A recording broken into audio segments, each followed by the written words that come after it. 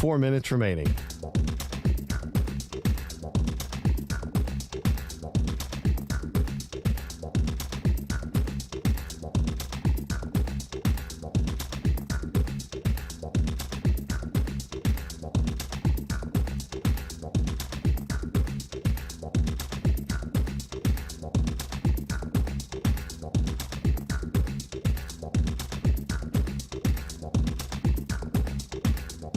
Three minutes, 30 seconds remaining.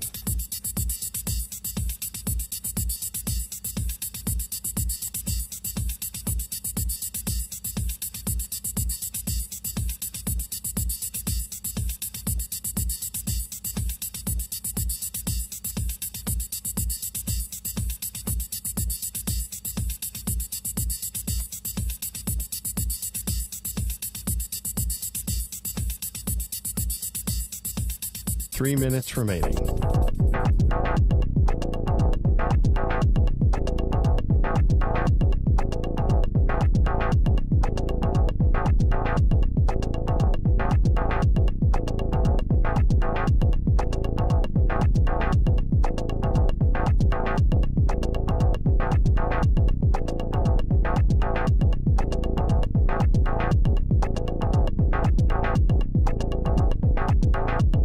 Two minutes, 30 seconds remaining.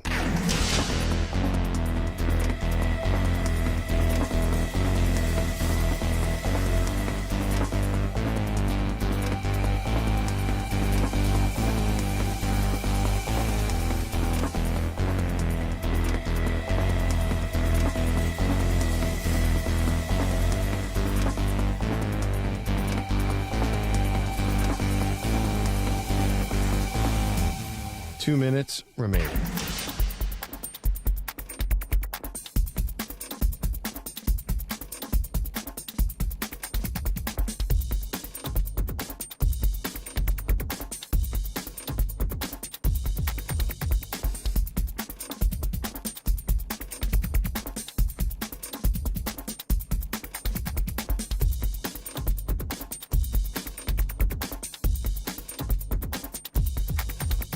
1 minute, 30 seconds remaining.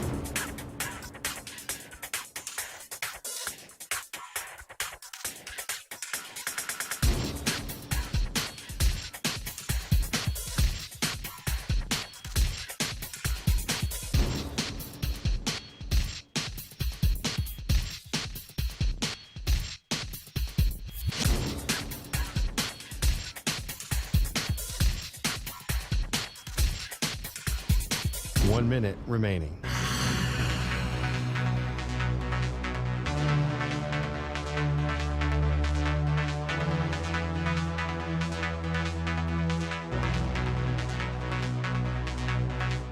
.45 seconds remaining.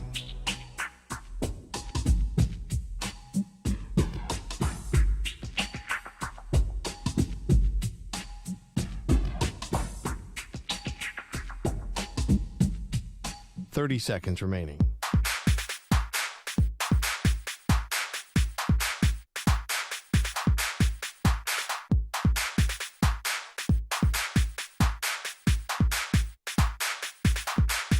.15 seconds.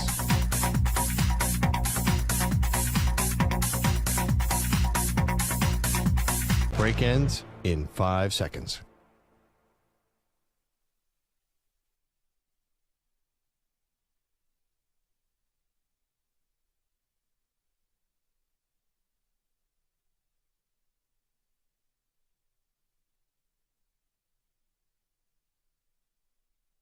To infinity and beyond. He's live. He's nationwide. This is the Zach Gelb Show.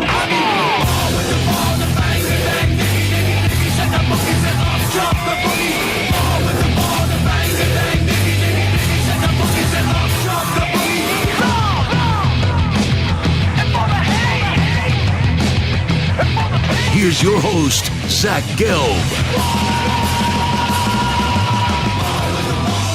Live from the Play Show Yet Not Overly Ostentatious studios of the Infinity Sports Network here in beautiful New York City, sitting on top of the 10th floor of 345 Hudson Street. Welcome on in to what is a very busy Wednesday edition of the Zach Gelb Show across all the great local Infinity Sports Network affiliates, Sirius XM, Channel 158, the free Odyssey app, and of course streaming live on YouTube. 855-212-4227 is the number to jump on in. That's 855-212-4227. And you could always get at me on Instagram, where I'm straight flexing, and also via the good old cesspool of Twitter X at Zach Gelb. That is ZACHGELB. Braden Fiske, the young defensive lineman for the LA Rams, had 2 sacks in their victory up against the Seattle Seahawks. He's going to stop by an hour 20 from now at 4:20 p.m. Eastern, 1:20 p.m. Pacific. And then we will move Hot Take Hickey, Ryan Hot Take Hickey, to 5 p.m. Eastern time, 2 p.m. Pacific today in his weekly spot, as he will finally have to answer for his embarrassing college football team that once again in a big spot came up extremely small. And let me just say this. A lot going on in the world last night, right? You had the presidential election, and I'm sure that is what everyone was sitting on the edge of their seat about. Not really the college football playoff ranking, but we are a sports show. There's things I could say about the election, but I'm not going to. But Donald Trump obviously has won. And there's nothing, negative for me on the election. But, you could sit there and you could talk about it, and then guess what's going to happen when you're on a national show?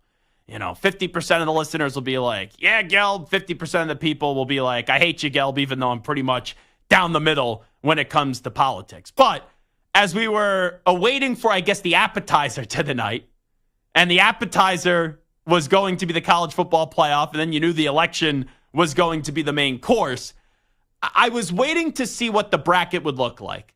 And yesterday, when I got off the air, right as I was getting off the air, Samter got in my ear, and he was like, hey, you should probably put out like a bracket. You should probably tell me who your top 12 teams are going to be. So I sat here on the air yesterday, and I said Oregon 1, Georgia 2, Miami 3, BYU 4. I had Ohio State 5. Then yesterday, Texas 6. I think I had Tennessee 7, Penn State 8, Indiana 9, Notre Dame 10, Alabama 11, and Boise State 12. And that's what I just did on a quick hot take. But then I made my 30-minute walk home. And on my 30-minute walk home, I was like, I may have just been too premature on the rankings of 2 teams that I may want to swap. So I took my 30-minute walk home, got into my apartment, I had to change into something else because I was going to a big steak dinner last night in New York City, which is absolutely delicious. And I said, you know what? I will put out what I think the College Football Playoff Committee is going to do. And I made one slight alteration. I bumped Penn State up to 7, and I moved Tennessee back to 8. And I put out a tweet. This was at like 6:58, 6:59, 7 o'clock, right before ESPN came on the screen, and right, they were doing the college football playoff ranking reveal, which I will give them credit. I thought in a confusing spot, they actually did a good job, because I've said this from the jump. The rankings 1 through 25, you can't just necessarily take who the top 12 teams are and line them up 1 through 12. And I had a friend yesterday when I put out this tweet go, how do you have BYU ranked 4th in the country?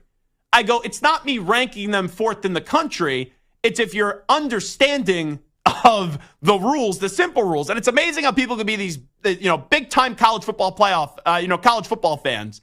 And I see them tweet up a storm, and then they have no clue how the system works. Yes, you have to be a top 12 team to get in. But there is a chance you could be a top 12 team in the ranking and not get in, depending on how we rank the conference champions. Because the 5 highest ranked conference champions get an automatic spot into the college football playoff. And the top 4 seeds are the 4 highest ranked college football playoff teams. That's the spot to get in. So BYU could be ranked 9th, but since right now they would win the Big 12 and they would be the 4th highest ranked conference champ, that's why they get the 4 seed, and the 4 highest ranked conference champs get buys. So that's something when you're doing the rankings, and you got to give 25 through 1 first, but you also have to immediately put up a bracket. And I thought ESPN did a good job last night giving the rankings and then putting the bracket up and then also saying, hey, this is where their seed is, which it does matter. Because, like, for example, BYU last night, even though they haven't had a loss yet and they would be the 4 seed, them being the 9th seed kind of shows you that if they don't win their conference championship, it's going to be very tough for them to get in the college football playoff. And this is something that I thought of.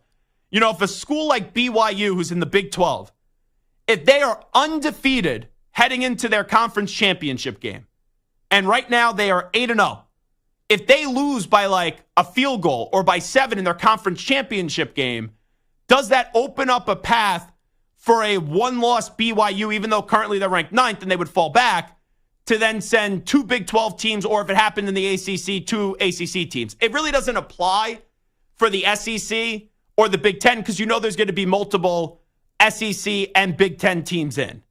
So those are things that you just got to monitor. But here is why, by the way, I'm actually going to take back a statement that I've given for years. Because for years I used to say on this network, I thought the most passionate and knowledgeable person, you know, Monday through Sunday on this network talking college football, I have actually said before, it's Hot Take Hickey. I am putting Hot Take Hickey now in those depth chart rankings in at number 2. And here's why. You can't have back-to-back years where Hot Take Hickey tells me things are going to happen with Penn State defeating Ohio State, and neither are true. You know, the take from Hot Take Hickey last week was the weakest unit on the field in that battle, Ohio State and Penn State, is going to be Ohio State's offensive line. Even with that makeshift offensive line, the unit looked pretty damn strong for Ohio State. So that's not the only demerit that moves Hickey down to 2. But as I told you, on my walk home, I said, let me really think what the committee is going to do. And not only am I going to call myself the most knowledgeable, entertaining, and passionate person on this network when it comes to talking college football, I will also say that if the NCAA is smart and if college football is smart, they would actually beg for me to resign my position as the talk show host of the 3 to 6 p.m. Eastern time slot here on the Infinity Sports Network and have me run their college football playoff rankings. And who's ever in charge of it right now, I guarantee you I'll be cheaper. I will be cheaper to afford than whatever crazy salary you're paying right now or whatever committee that you have assembled together.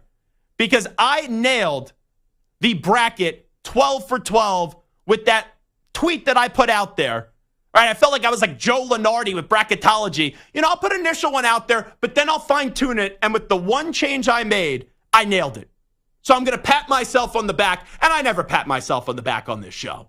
But I had Oregon 1, Georgia 2, Miami 3, BYU 4 receiving buys. And then I nailed the 4 first-round matchups. Boise State at Ohio State, Alabama at Texas, Notre Dame at Penn State, and Indiana at Tennessee. So now, you know, people listening, that the most knowledgeable and also the most passionate person when it comes to talking college football on this network is me. And I don't know how much longer I will be here, because if the dopes that run the NCAA were smart or the dopes that run the College Football Playoff Committee are smart, they'd be saying we make Zach Gelb our executive director. And I would gladly do that job. It would be a lot of fun. Because I will say this, being a national host, and I've done local and national, my favorite part about being a national radio host is being able to talk college football. And how many schools that we get to connect with throughout the year when it comes to college. And the passion and the buzz around college football is really, to me, second to none. So, all kidding aside, and we have fun with this, I will make 2 comments. Or maybe I'll make 3 comments here. Here's the simple comment. I don't really care about the rankings as long as 1 through 12 has a spot in the playoff. I know some people will be like, Zach, that doesn't really make sense. And what I mean by that is, like, it doesn't bother me that BYU was ranked 9th. Like, I know everyone has to have a take. I'm not going to get on the radio and bitch and complain about a team getting in and then, oh, I didn't think their ranking was fair. That just, with this concept this early on, and you still control your own destiny if you're in the initial bracket, it doesn't elicit a response where I have to sit here and go, oh, this team was ranked 9th, but they should have been ranked 7th, or the team that was ranked 6th should have been ranked 8th. I'm just not going to do that. That's just not my type of radio. But what I will say is this, and this is a point that I've had when I first heard of this format and it was thoroughly explained to me. I don't think the conference champions need to get a bye. I don't. And here's why I've said this. Like, Boise State right now would be the 5th highest ranked conference champion. They could get a 12 seed, but if you're one of the 4 highest ranked conference champs, even if you're not a top 4 team in the nation, you get one of the top 4 spots. So I don't want to not value the conference champions. I think conference champions should just get an automatic spot into the college football playoff, but I don't think they need to have one of the top 4 spots and get guaranteed a bye. So that was a thought that I had when I first heard about this, and it was even more of a thought that I had last night. But I think the bigger prevailing thought here, and I admit when I'm right and I admit when I'm wrong, I'm a fan of this system. Now, let me be abundantly clear. I always knew this system was going to work. I never said it wasn't going to work, because we live in a society where we have seen people beat up women associated with football, beat up children that are associated with football, and have killed people and have done disgusting things in the world of football. But guess what happens? Each and every Saturday, each and every Sunday, even if you can't stand the players on the field, even if you can't stand the institutions, even if you can't stand the rules, like when you watch the NFL, you have no clue what's a catch or not. Guess what we do? We park our fat asses on the couch each and every Saturday, each and every Sunday. We place our bets. We make our nachos. We make our wings. You know, if you don't like a traditional wing, you have your dino nuggets. I get that. Make sure they're still with blue cheese either way, but you should be a man and have a bone-in wing, okay? None of these dino nuggets. And you watch the games. And you live and die by your teams. Because that's what we do. Football is like a religion in this country. So I'm not surprised that the 12-team format is going to work. All I've said from the jump is I never thought it was necessary to go to 12. And I thought moving from 4 to 12 was way too quick of an augmentation of teams. Like, if you wanted to make a move, you could have gone from 4 to 6, 4 to 8. Because outside of last year with Florida State, there was really never a year where I was like, wow, we need more than 4 teams. Need. Not want, need more than 4 teams. But I will say, when you get to visualize this last night, and you just look at the bracket, and you know Oregon has a bye, Georgia has a bye, Miami has a bye, BYU has a bye, and then I read you the 4 first-round matchups, there's not a matchup where I'm like, I'm not excited to see that game. Like, Boise State lost to Oregon by 3. Oregon beat Ohio State. So you would have Ashton Genty going to the Horseshoe to do battle with Ohio State. Fun game. Alabama, Texas, now an SEC rivalry with those 2 enormous brands, with DeBoer and Milroe and obviously Sark and Quinn Ewers. Hello. That will be ratings galore. Notre Dame at Penn State? That's, you know, I had someone text me last night, Stu. And you could tell I'm getting under the skin because the truth hurts. I had a graduate of Penn State University text me and go, the moment when they said Notre Dame at Penn State, I thought that is the participation bowl in the first round. And I said to him, I guess I have real estate in your head. And he goes, unfortunately, what you've said about Penn State is 1,000% accurate. But think about that. Penn State, right, never wins a big game. Notre Dame never wins a big game. And you would have those 2 titans, let's say, go up against one another and clash heads. And if there's, out of these 4 matchups that we're seeing right now, Boise State at Ohio State, Alabama at Texas, Notre Dame at Penn State, and even Indiana at Tennessee. Indiana, you could say, oh, they played nobody, and they play Ohio State coming up in 2 weeks. They put up points, and more points, and Cignetti doesn't fear anybody. And if Tennessee's offense could start playing like they did earlier in the season with Nico Iamaleava, and their defense has been solid, then, man, that would be a high-scoring offensive game. But out of those 4 matchups, Stu, the one I want to see the most is Notre Dame at Penn State. Because you're a Notre Dame fan. right? Hickey, who joins us every week, is a Penn State fan. He also grew up as a Notre Dame fan, and he tries to block out that Notre Dame ever existed in his life. But I think that would be fun because it would be like the Spider-Man meme on just, we're the same teams. Like, we only usually lose 1 or 2 games a year, but whenever we're expected to win a game, we don't win a big game. And to see how those two teams would respond basically going up against themselves, Stu, would be highly entertaining for me. Yeah, someone would have to win, I suppose. Do you think Notre Dame would beat Penn State? Do you think they would go into Happy Valley and take down the Penn State Nittany Lions, if you had to make a prediction today? If I had to be right, I'd say they'd lose a close game. I don't know. I think you guys could win. Your running back's pretty damn good. Yeah. And then Riley Leonard has played better. Drew Aller's been inconsistent. So, it'd be close. I think it'd be really close. That to me is like a 17-16 game where Penn State scores and they're about to tie it up, and then like the loser of the game misses the extra point to make it 17-16. That's how I would kind of see that game playing on out. But all in all, I'm not freaking out over the rankings. I just look at the bracket, and I think they got the bracket 100% right. And it's usually, I'm not saying it's impossible to predict these things, but usually get a team or two wrong. The fact that I was able to do it with the matchups, it shows that it is working.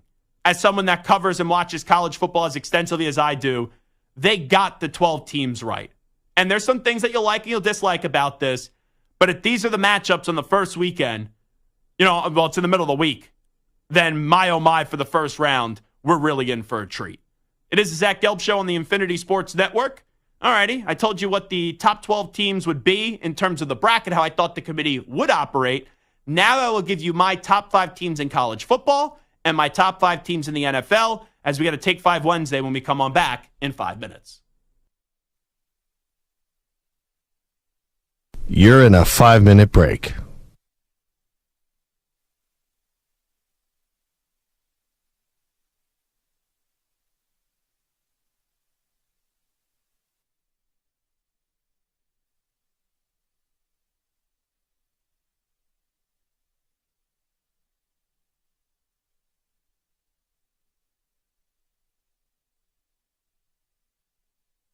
Four minutes, 30 seconds remaining.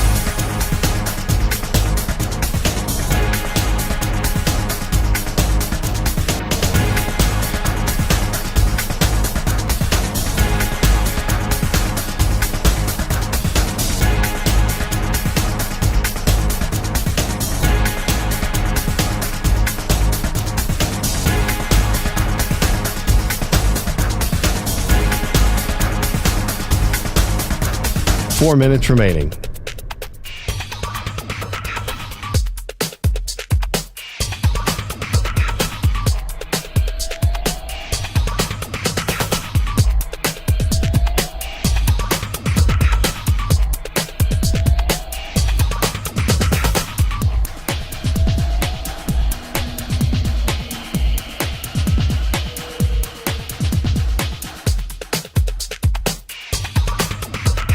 Three minutes, 30 seconds remaining.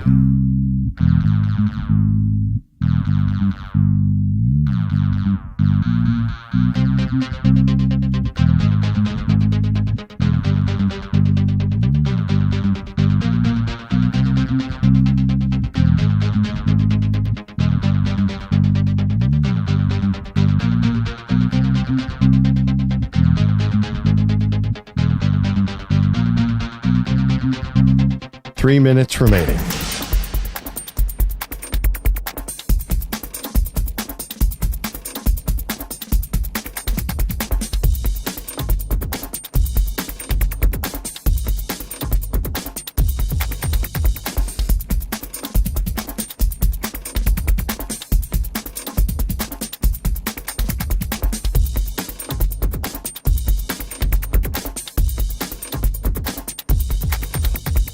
Two minutes, 30 seconds remaining.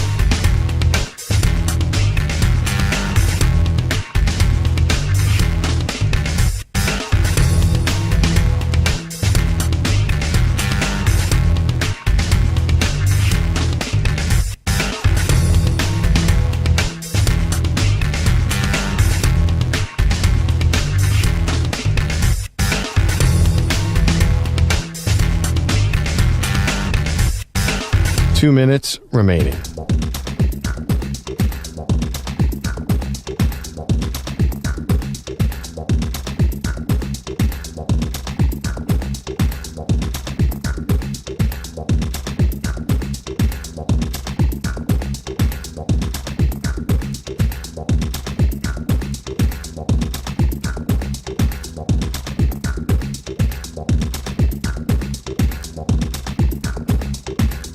One minute, 30 seconds remaining.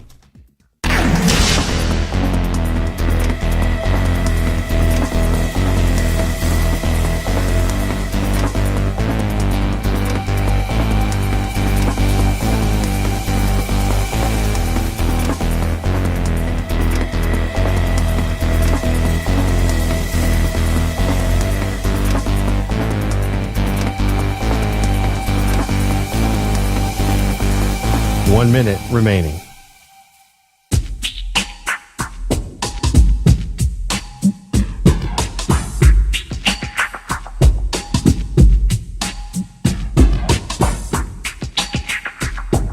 Forty-five seconds remaining.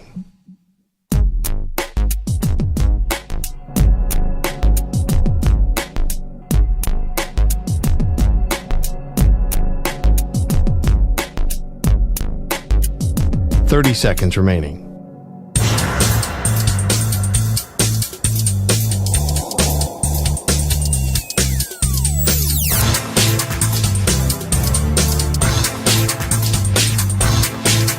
Fifteen seconds.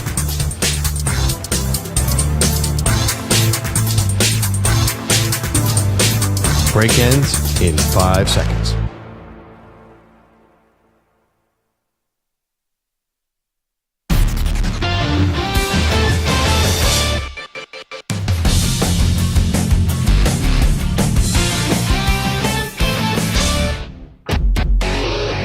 As the dust settles from last week's games, it's time to look at which teams are rising and which are falling. And there's an interception. Zach ranks his top 5 NFL and college football teams on this week's edition of Take 5, only on the Zach Gelb Show. Alrighty, time for a little Take 5 Wednesday on the Zach Gelb Show on the Infinity Sports Network. I'm going to do college football teams first, and I'm going to go 5-1 this week. I feel like in college you started to go 1 through 5, but really, outside of the number one team, I think there is a bigger buildup this week, where in previous weeks it's really been 1 and 2. There's been a little more clutter at the top.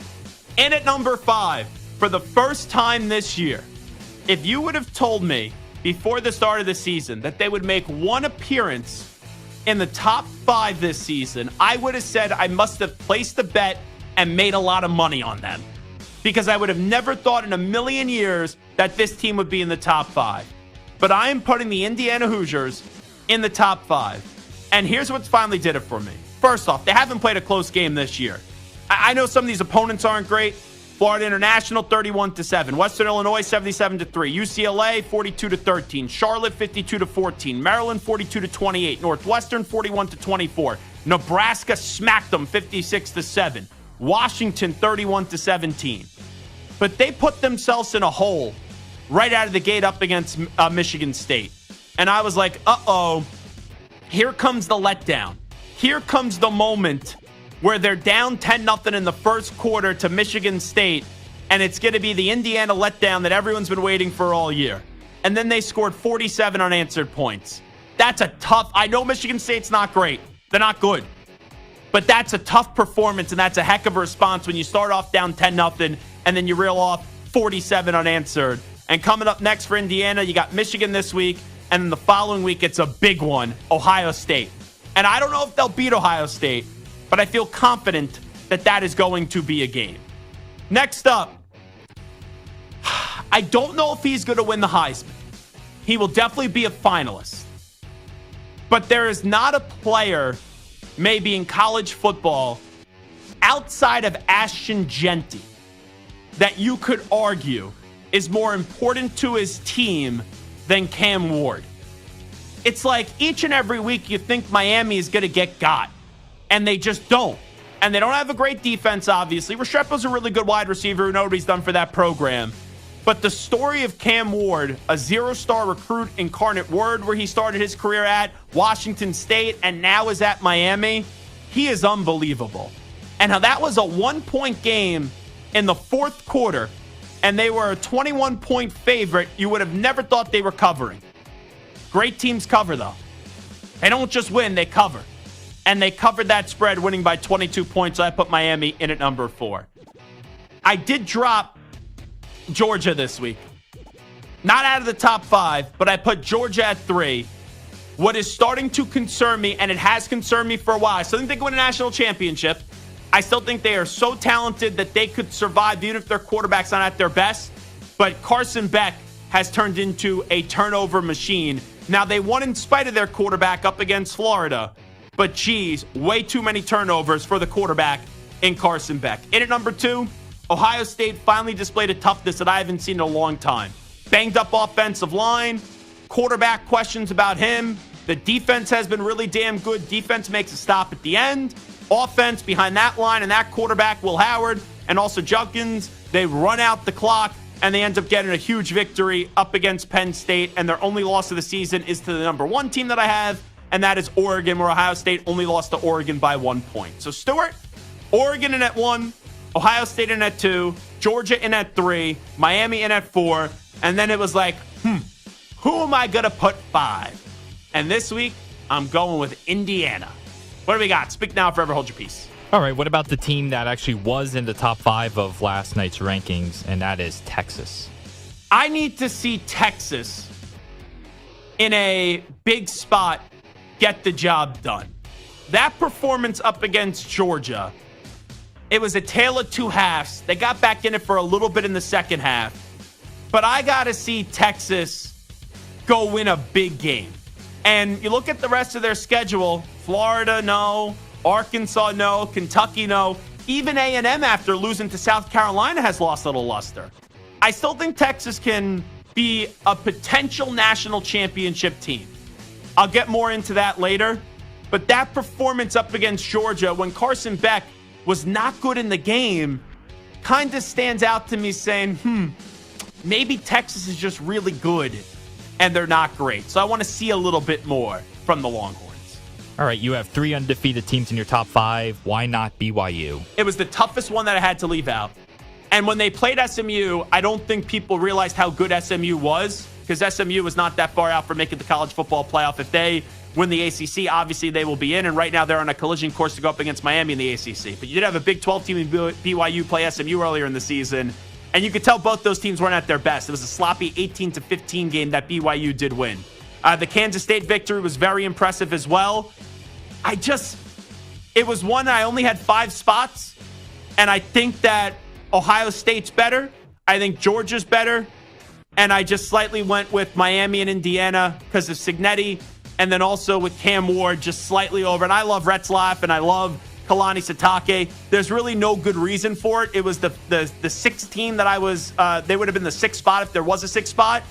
And I know that they're blowing out these opponents. And, they had a nice little game up against UCF on a bye week last week. It was just one of those that there's no good answer for it. You only got 5 spots, if I'm being honest.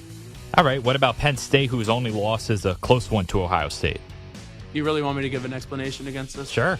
They're the definition of a good team, not a great team.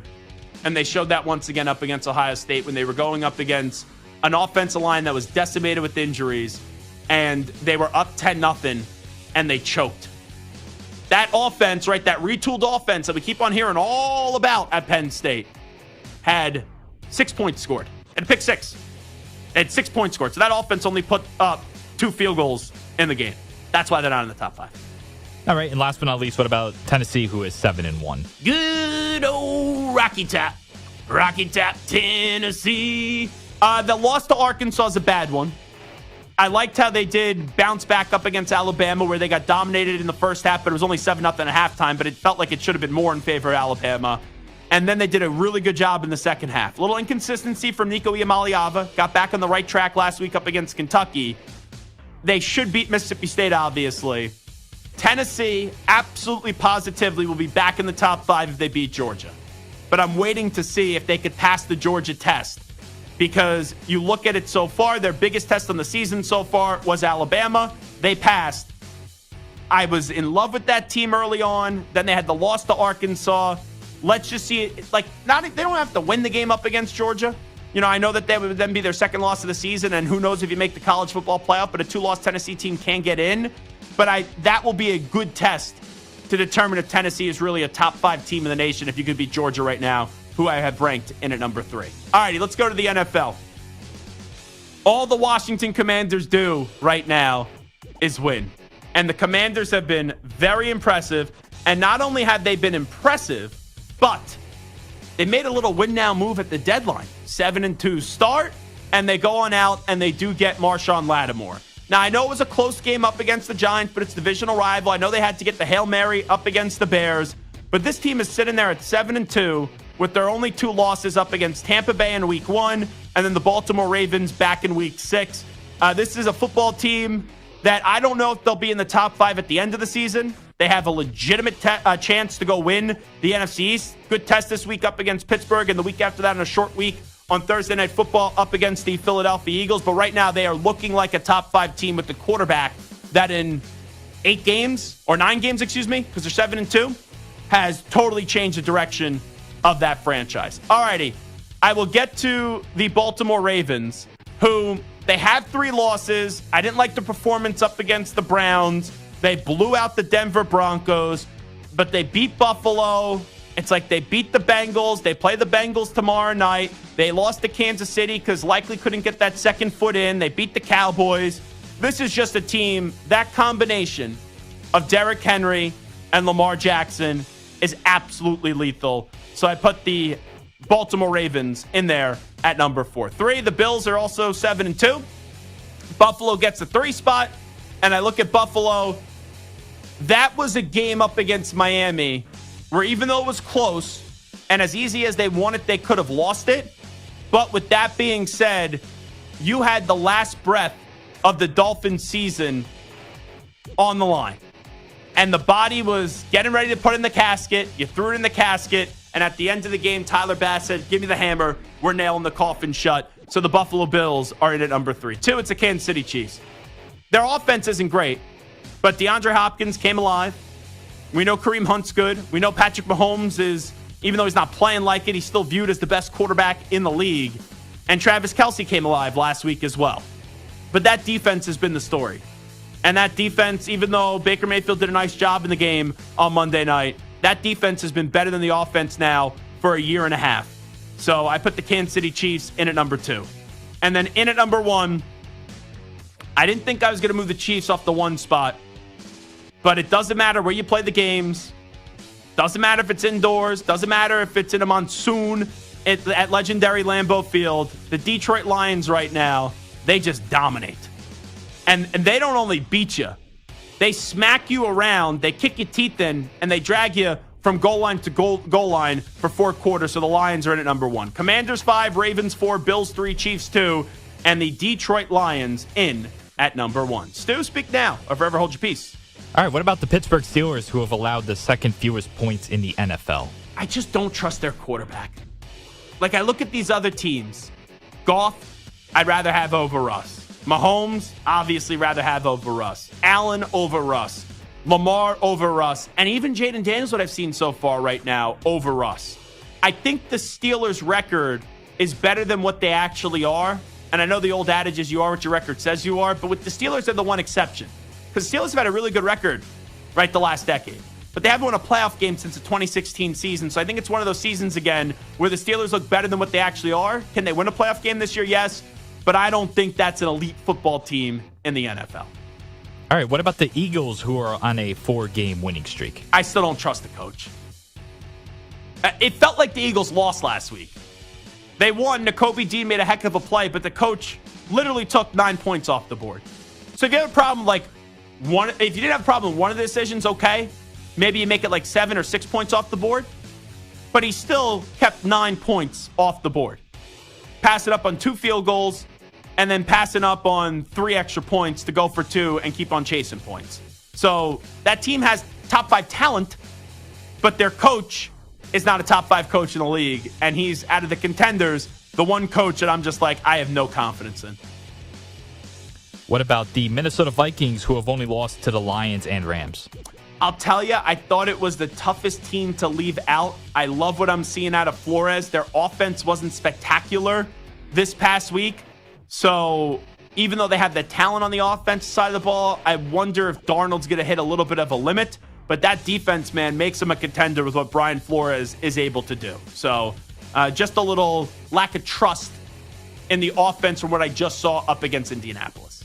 All right, and last but not least, their NFC North counterpart in the Packers. The health of Jordan Love concerns me. And they just lost a game where probably he should not have played. I admire the effort of him going on out there. But the health of Jordan Love has been a major story this year. And up until last week, they've been able to survive even with him being banged up. But this was one of those moments where I'm just like, is this going to be a lingering issue all throughout the year? Alrighty, that's Take 5 ones in my top 5 teams in college football. Oregon 1, Ohio State 2, Georgia 3, Miami 4, Indiana 5. And in the NFL, Lions 1, Chiefs 2, Bills 3, Ravens 4, and the Commanders in at 5. One former NFL player said that Dak Prescott quit on the Cowboys. Now, my understanding is he has a legitimate hamstring injury. So I have seen the headline. I have not heard the audio yet, intentionally. I will play you that audio next. I think I know which way I'm leaning on the take, but I can't be moved by it. I can't be swayed by it. I can't change my opinion on it. So we'll play you that audio next. Update time first. Here's Rich Ackerman. Infinity Sports Network. Sports Flash. And it's brought to you by Progressive, who's proud to support veterans and small businesses with their annual Keys to Progress vehicle giveaway program, helping our heroes drive their lives forward. Learn more at keystoprogress.com. The NBA has a full schedule tonight after being idle last night. The Oklahoma City Thunder look to continue their terrific start at 7-0 and are in Denver this evening after finishing with the top seed in the West last year, but coming up short in the playoffs. Head coach Mark Daigneault said they're not going to get too overconfident by this strong start. We have great respect for the history of the organization. We have great respect for all the teams that have played here, all the players that have played here. So would never balk at that, but we're really focused on, improving every single day. We're really not getting caught up in our record, especially this early in the season. This is not the time to, put it on cruise control. Cavaliers can do them one better so far. They've won 8 in a row under new coach Kenny Atkinson and will face the Pelicans in New Orleans. And a great matchup in Boston where the defending champion Celtics host the Warriors. Boston have won 7 of its first 8. The Warriors are 6-1. And speaking of defending champs, UConn, coming off back-to-back titles, takes on Sacred Heart in its season opener. Mike Schilt's first season as Padres manager led to a playoff appearance, and he's been given an extension through 2027. I'm Rich Eck. The Infinity Sports Network is on your smart speaker. All you have to say is, play Infinity Sports Network.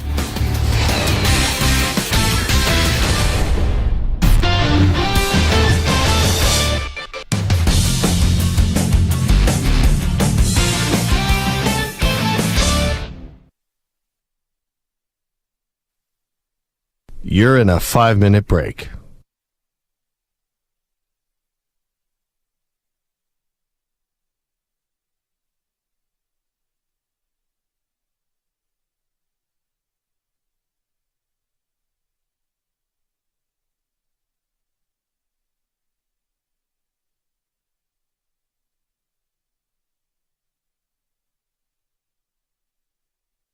Four minutes, 30 seconds remaining.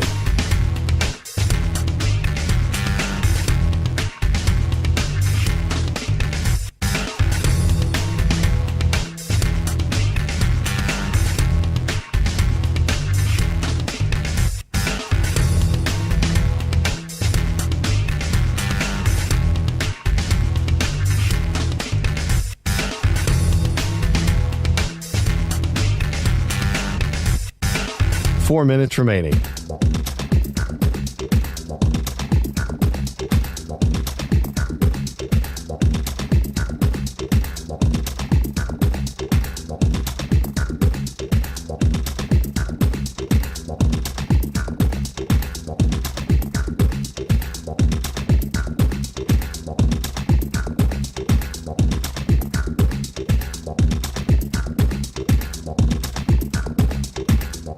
Three minutes, 30 seconds remaining.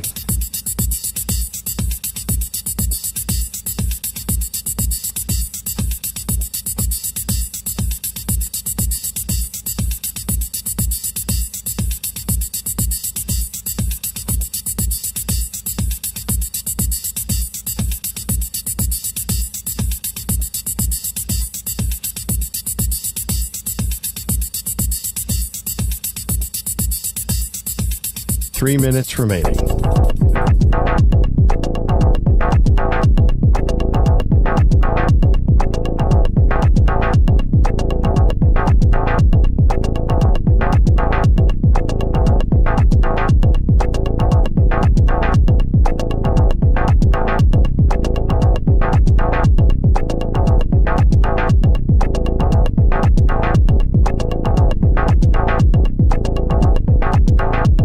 Two minutes, 30 seconds remaining.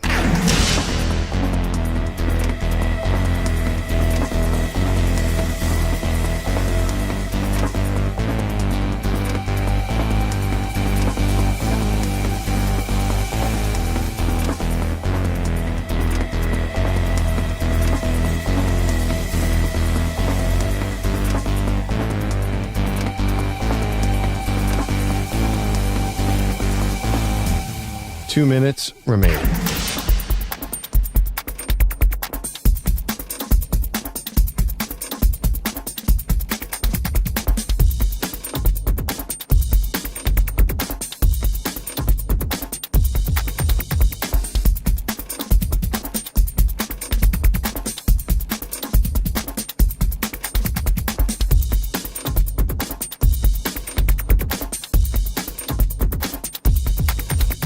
One minute, 30 seconds remaining.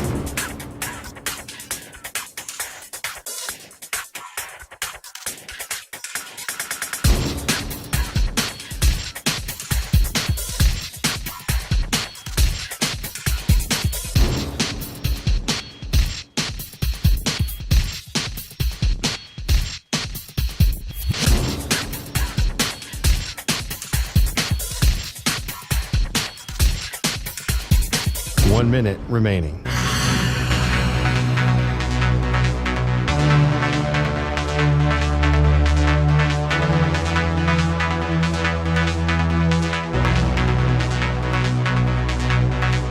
Forty-five seconds remaining.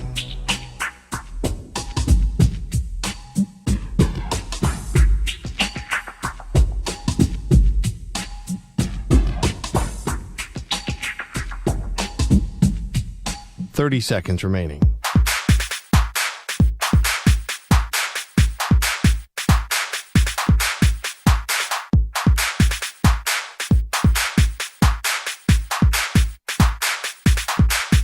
Fifteen seconds.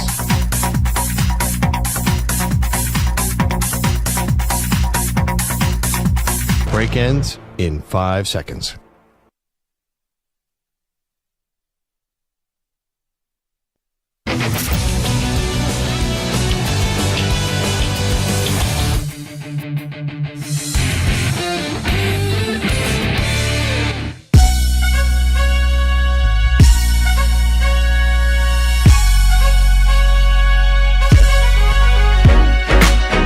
You're listening to the Zach Gelb Show on the Infinity Sports Network.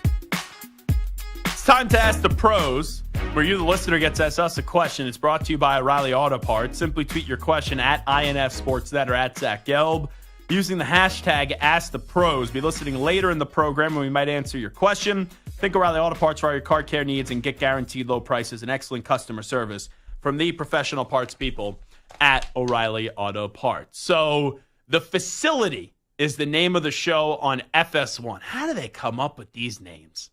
You know, I love Craig Carden and Danny Parkins and Mark Schlereth. They call their show Breakfast Ball, and then you got The Facility on FS1.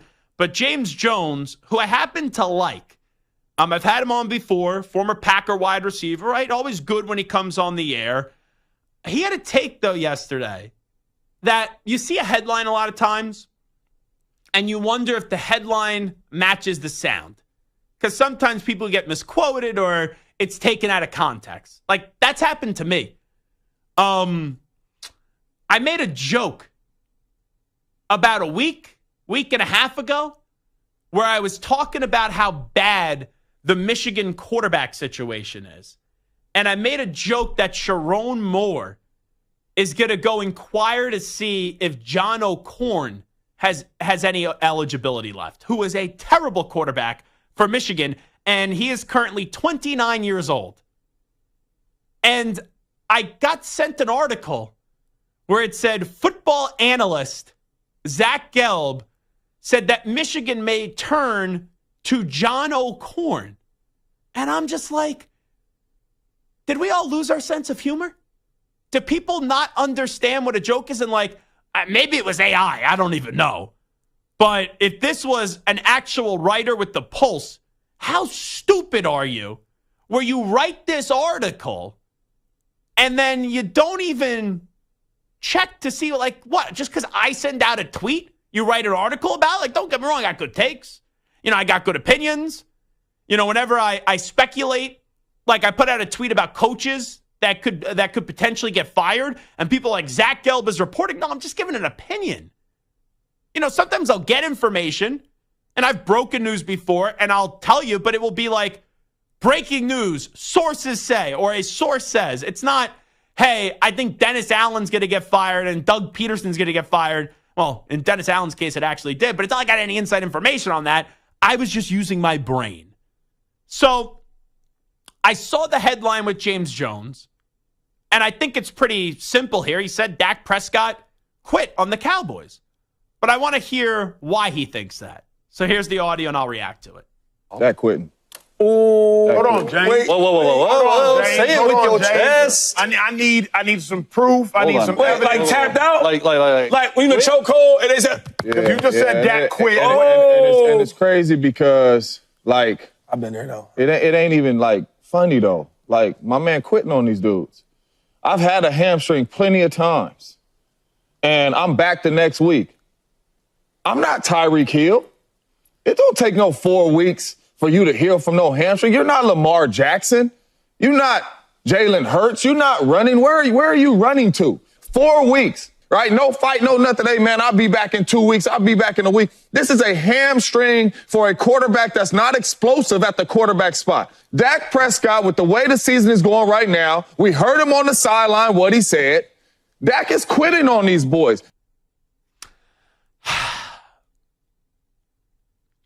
Here's why I think that's an overreaction. So let's address the elephant in the room, right? I'm not a lip reader, but everyone's saying Dak said, like, we bleep and suck, which is true. When I first saw Dak Prescott was hurt, it was obvious that it was a hand injury because his hand was bleeding. And then you have whoever the sideline reporter come on the screen and say, hey, he's a hamstring injury. The Cowboys say he's out. Here's, though, where, Stu, I'm not ready to say Dak Prescott is quitting on the team. And why I thought it was a rush to judgment by James Jones. We have not officially have seen Dak Prescott get placed on IR. They're still undecided. That was the latest this morning. So the feel on Monday was that early Monday morning that he wasn't going to be placed on IR. And then when Jerry Jones does his interview with Sean and RJ, and you would think Jerry Jones knows what he's talking about, but you never know anymore with Jerry Jones. He goes, he's likely going to be put on IR. And then I read today that it's undecided that he's going to be placed on IR. I would say, though, if he does go on IR, 4 games missed for a hamstring injury does seem like a lot. It does. But I don't know. Like, I've been pretty, I don't want to say critical about Dak. I think I'm just right on Dak. He's good. He's not great. He gets paid like a great quarterback. He's not going to produce great moments. I don't view him as a top 10 quarterback in the league. I think he's just on the outside looking in of being a top 10 quarterback. But what I'll say about Dak is Dak doesn't win, and Dak doesn't get criticized for not trying. Like, I don't know, Stu. Dak, there are some players in this league that you'd be like, okay, wouldn't surprise me if he quit on the team. Dak, to me, doesn't seem like a quitter. And I thought that was a premature remark by James Jones. Like, if you tell me, okay, he gets placed on IR and he's out 4 weeks, okay, I'm not going to say it. I don't think it's right to say it. And I've accused players of quitting before, but you gotta have a little bit more information there, is what I'm getting at. Because what happens if he's only out for a week, which is fair to miss a week for a hamstring, and then he comes back next week? Are you going to say sorry? Like, are you just going to be like, oh, no, I accused the guy of quitting? But, Stu, we could criticize. There's a lot to criticize for Dak. We don't have to dig deep to find criticism of Dak, I wouldn't ever refer to him as a quitter. I happen to actually think he's a good leader. I don't think he's a great quarterback. And I think he has to deal with a lot of crap. And, hey, he gets paid a lot of money to do so, that Jerry Jones brings his own way. But Dak doesn't seem to me like a guy that would just quit on the team. Like, hey, give you a perfect example. And I know that he had a serious ending injury. But if Deshaun Watson, let's just say, had a hamstring and he was like, I'm going on IR for 4 weeks, that wouldn't surprise me. But Dak Prescott quitting, Stu, that would surprise me. Yeah, I don't see it. I don't think he's quitting on his team. I mean, maybe James Jones had like less severe hamstring injuries. You're right, 4 weeks might be a lot, but more it's than not a like week. Inconceivable, though. No, it's not. I mean, like, you look at baseball, guys have gone on to miss 2, 3, 4 weeks. Like, I don't know. I just don't think. Listen, if this has happened in week 2 and he missed the whole season, then okay, then sure, that's different. But if he's going to miss 4 games, or maybe he doesn't even miss 4, maybe he misses 3, they don't put him on IR. I don't know. I just don't see it. And without him getting placed on IR, that's why, and I know it's a tough spot because the owner basically said he's getting placed on IR. So, right, with any other owner, you operate logically that he is on IR. But it hasn't officially happened yet.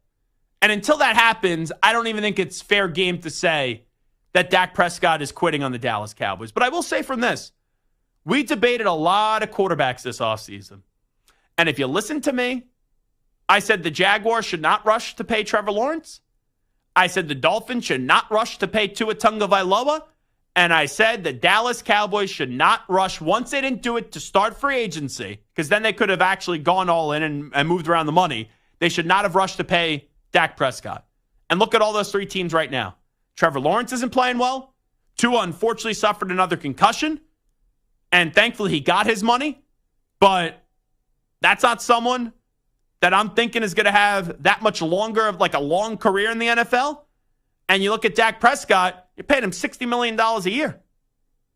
I'm going to make the playoffs. Jaguars aren't going to make the playoffs. Dolphins, all 3 of those teams aren't going to make the playoffs. So it's like, who's going to regret it the most is the question. And it's like, I would say it's the Cowboys, because like the Jaguars at least have some pieces. The Dolphins have some pieces. And just Trevor and Tua have struggled to stay healthy. And Dak's the most consistent out of the 3. But they have some stars. Like, hey, Micah Parsons is a star. CeeDee Lamb is a star. But the rest of the team is significantly flawed. Like, heading into the season, the team I had the most confidence in out of those 3 to miss the playoffs, it was Dallas. It was. And Dak is also older than the other 2. And I think we know what Dak's ceiling is. I think I know what Tua and Trevor's ceiling is, but they're still so young that they still have time with good health to potentially turn it around. All righty, we'll take a timeout. We found out the first rankings of the college football playoffs last night, looking at the top 12 teams, how many teams could actually win a championship, and who's a team that didn't make the top 12 that could still make the college football playoff down the road.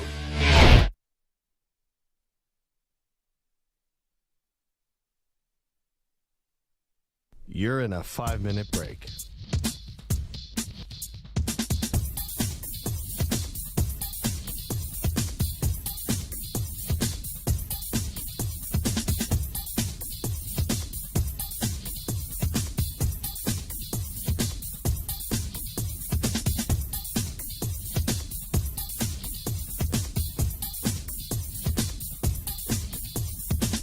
Four minutes, 30 seconds remaining.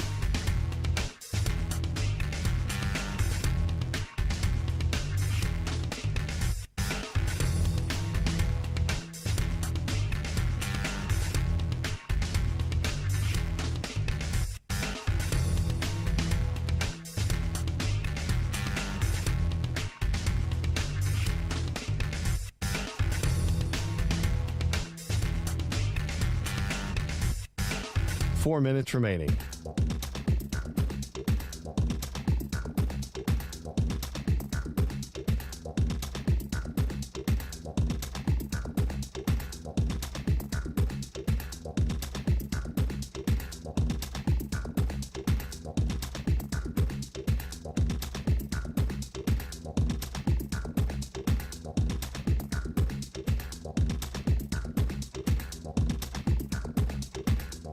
3 minutes, 30 seconds remaining.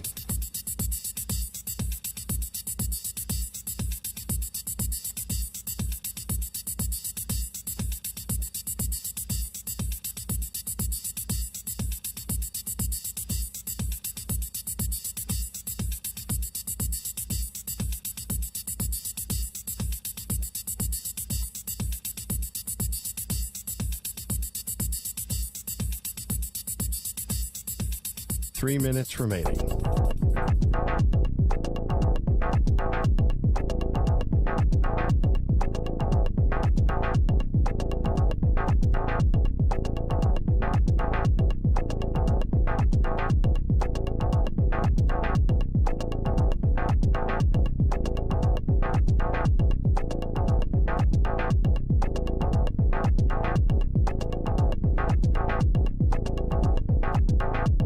Two minutes, 30 seconds remaining.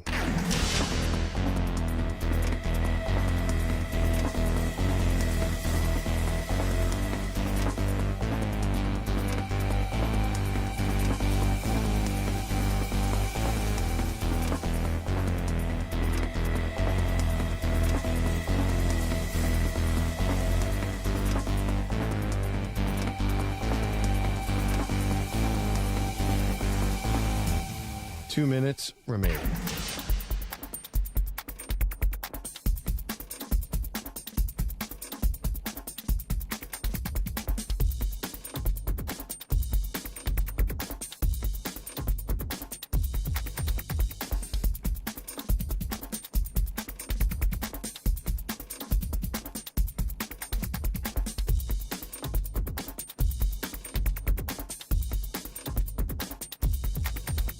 One minute, 30 seconds remaining.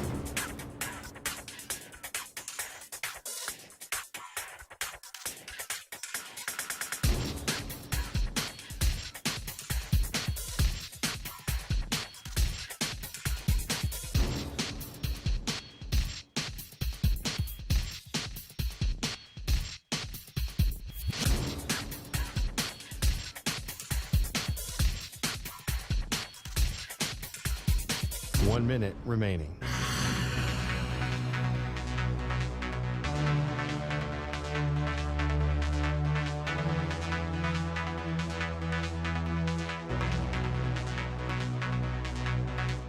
Forty-five seconds remaining.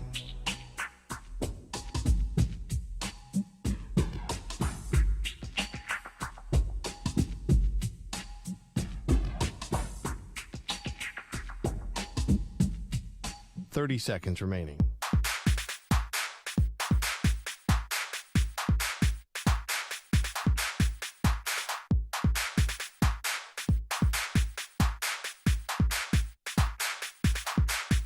Fifteen seconds.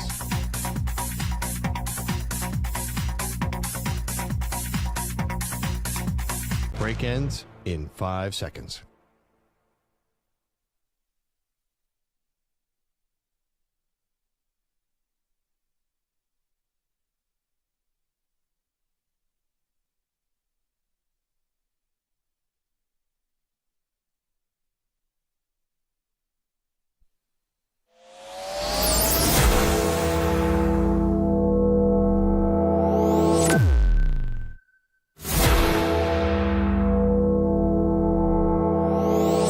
Infinity and beyond. He's live. He's nationwide.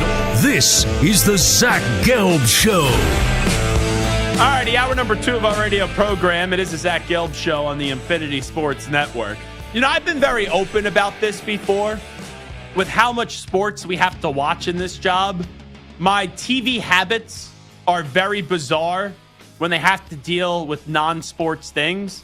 Like, I'm a huge reality TV fan. So, like Jersey Shore, Real Housewives of New Jersey, I enjoy. Also, like, any intense documentary about a murder that was pretty high profiled, I am curious about. Like, or anything involving someone that is like a criminal. Like, for example, I know they keep on releasing things about Aaron Hernandez. I've already seen it. Right? and they've already done so many about them. So when they have like the 6th or 7th Aaron Hernandez movie or documentary come on out, I'm like, there's nothing new to add, so I don't end up watching it. But I told you guys a few weeks ago that I remember as a kid the murder of Lacey Peterson by Scott Peterson. So I have a Peacock account through my brother-in-law, right? You know, it's like one of those shared accounts. And I was ordering from Costco the other day, and they offered an Instacart Plus account for half off. That comes with a Peacock subscription. So I forgot that I watched the 2 episodes of the Scott Peterson documentary, with him, his first interview that he gave since, in 20 years since he murdered his wife and has been in jail. His wife was pregnant too. And I always remember that case when I was young. I have such a high-profile case, even though it was on the West Coast, but it was a national news story. So for some reason, and I don't know why I was stupid when I did this 2 weeks ago, I watched it at night before I was going to bed, which I don't know why. Whenever you're watching a murder doc or a doc about a murderer, I don't think it's smart to do so while you're in bed, you have your head on the pillow. I feel like you're just asking to have some sort of nightmare or some spooky situation happen. So yesterday when I'm making my Costco order and I see the Instacart Plus thing and you get the Peacock for free with it for half off, I'm like, oh, I forgot to watch the final episode of this doc. So I ended up watching the final episode of the doc. This was in the morning when I was doing the order. And I walk away from it. They do provide some evidence that makes you say for a second, maybe he didn't do it. Like the blood that was in the van from the robbery across the street. But I can't walk away from that documentary because there's a lot of holes even in their evidence saying, yeah, this guy definitely didn't do it. Like if you put maybe I shouldn't say this, use this analogy for this case, but if you put a gun to my head and you ask me, did Scott Peterson murder his wife? And then also, she was carrying his child, I would say, yes, he did so.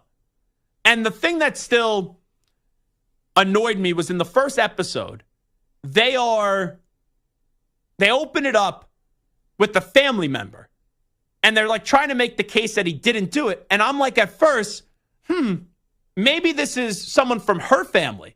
But then it's someone from his family. It's his brother's wife. So I'm of course she's going to say he didn't do it. So there are some questions that you have about it, and fair questions.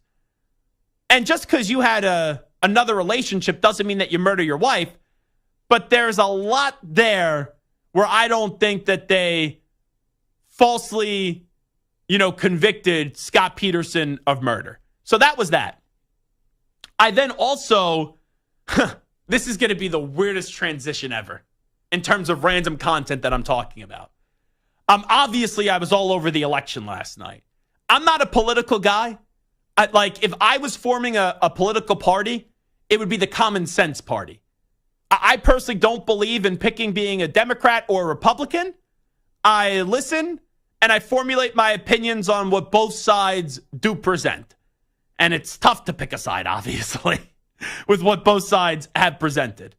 But I enjoyed the election coverage last night, regardless if you agree with the result or not. But that guy, Steve Kornacki, he is a machine.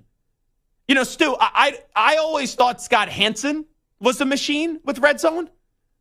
Kornacki is so much more impressive, and I love Scott Hansen, but when you zoom in on the state and then you go into the counties and you have 10 facts about how this could change the election, and I'm like, dude, take a breath, slow down, it's okay. And I thought of the one gif last night when I was watching him of Jordan during the flu game when Scottie Pippen is just cooling him off on the sideline. That's what his producers must be doing when he is obviously going to commercial breaks. Were you into the election last night? So not that we need to get this whole political breakdown and get your takes on it, but were you flipping around from channel to channel? I was. Multiple channels, and I stayed up till 3. Yeah, I didn't go to bed, so I had a break in between. At 8:20, I went over that steak dinner that I was invited to. And at that point, Trump had a pretty big lead, but it wasn't a lock yet. And yesterday when I woke up and I was watching some coverage, is like the most time that I'll spend watching coverage. And I saw that one place was predicting like Kamala on a map to win by 3%. I'm like, that's why I think Trump is going to win. Because even though more people are outspoken now about their support of Trump, which wasn't the case, the first time he ran or the second time, I think still there's a good amount of people that vote Trump in silence. And that's why I thought if they were only projecting him to win by 3%, I was like, oh, he's going to win. And then when I went to dinner, I don't know if this was an actual fact, but I just saw it online. One of those like football aggregators were like, he's a minus 400 favorite right now to win. And when I saw that, I'm like, okay, I could go to dinner and just monitor this. So like dinner was from 8, I got in at like 8:20, 8:25. And then, it started at 8:30. I was probably out of there by like 11:30. And then by the time I got back, it was not definitely known if he was going to win yet, but it was pretty obvious that he was. But I stayed up. I went into my bed at like 2, and she wasn't going to speak, Kamala. That was announced. And I saw her campaign said she'll speak at some point today. But he was going to speak. And I tried to stay up to hear him speak, but I fell asleep. And I fell asleep with my phone next to my nightstand through that Peacock account. So I flipped to the NBC coverage because that's just what was there. And I woke up at like 5:30 in the morning with the NBC broadcast still blasting. And I was like, what the heck is going on? I'm like, oh, I fell asleep. And then I looked and saw what happened, obviously. So a lot of takes from the election, but I am like politicked out now where I need something stupid to kind of watch tonight that has nothing to do with sports and nothing to do with politics. And you know what I was going to watch still? BFFs. That's the Josh Richards, Brianna Chicken Fry, and Dave Portnoy podcast. So I don't know how much you have followed this. Do you know Zach Bryan, the country singer, and Brianna Chicken Fry were dating? Yes. They had a really nasty breakup where it appears that like he cheated on her allegedly and did some not so nice stuff. So I'm on the elliptical today. I don't go on the treadmill. I'm on the elliptical today.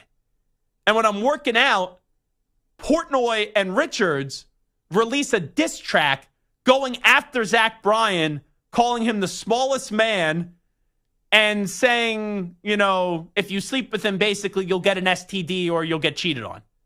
So I'm watching that and I'm like, oh, it is Wednesday.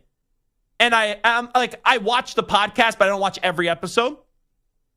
But I knew that the episodes come out on Wednesday. So I was all excited today, Stu.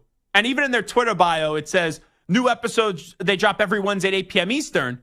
And I'm like, this is going to be a must-watch episode because it's her first, she's on the podcast, but it's like her first long-form interview about it. She released like 1 2.5, 3-minute video about it. Here's the one problem, though.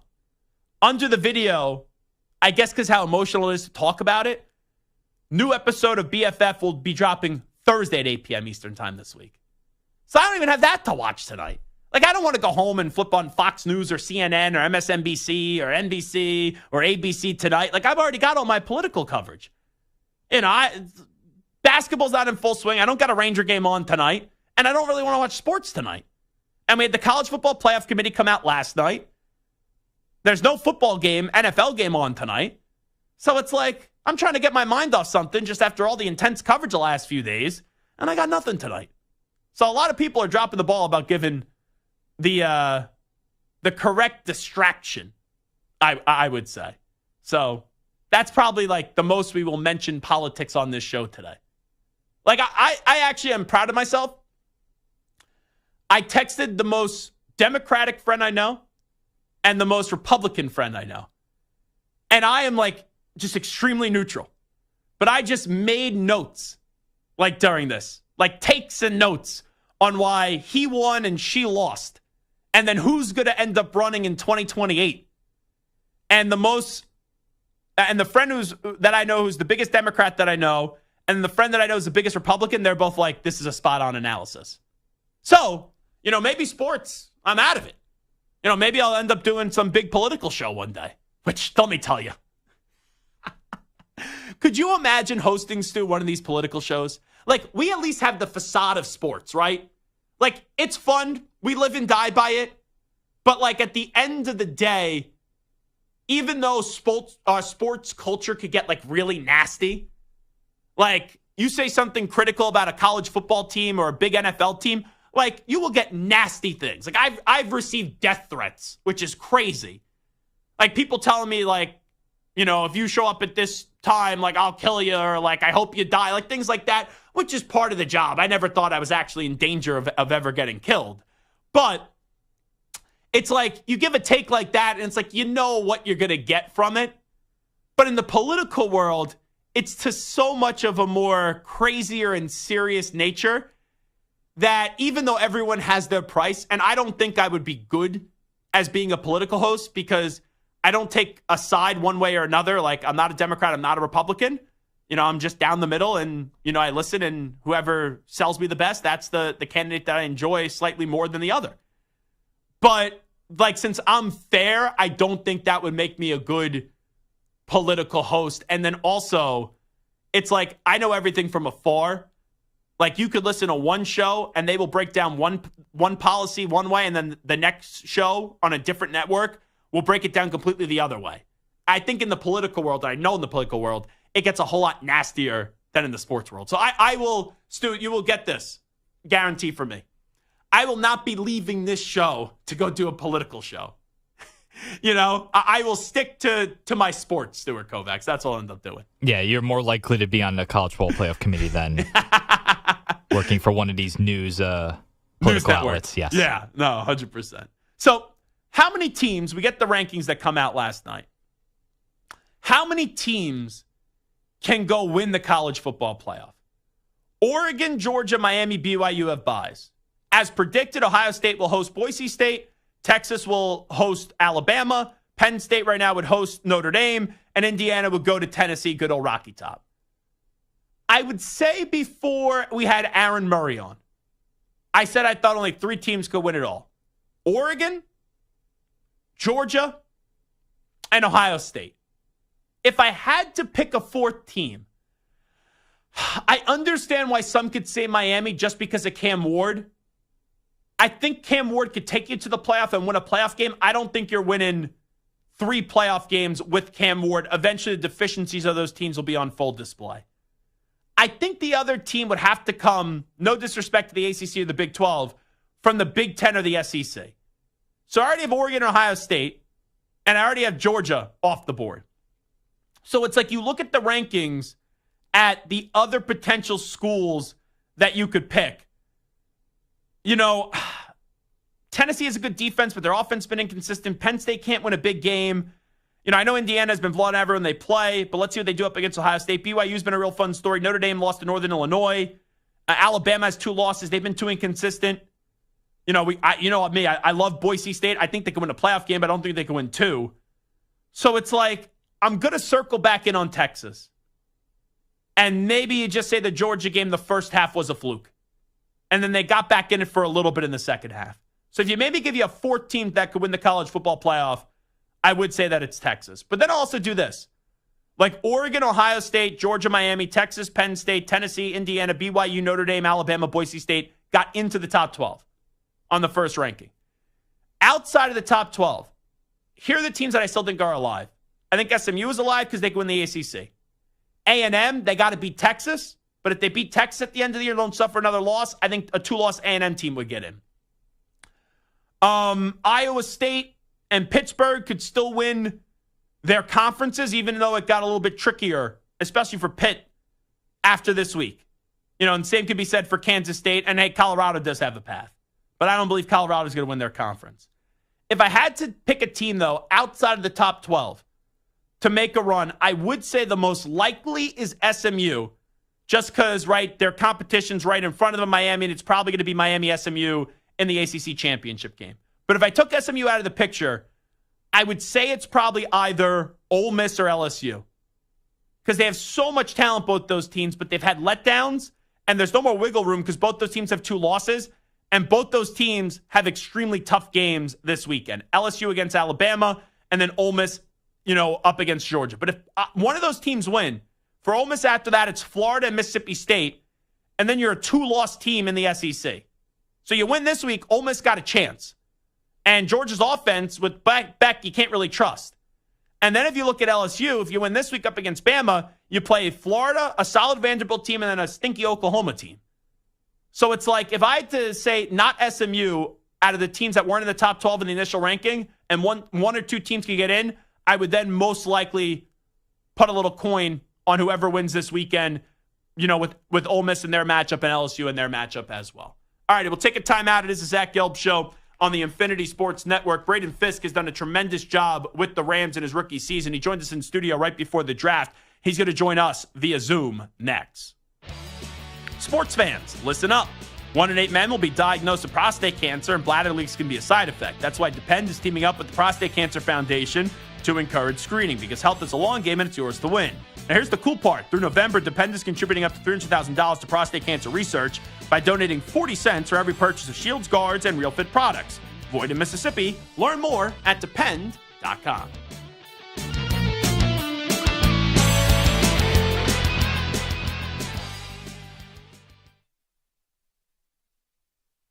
You're in a 4.5-minute break.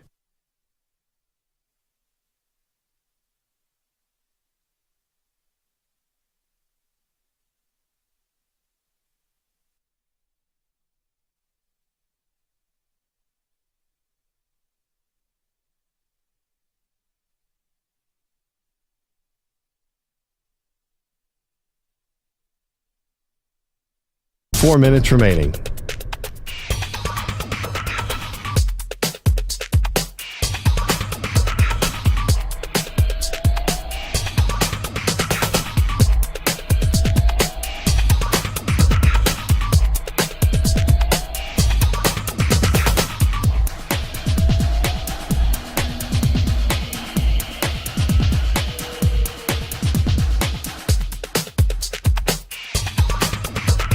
Three minutes, 30 seconds remaining.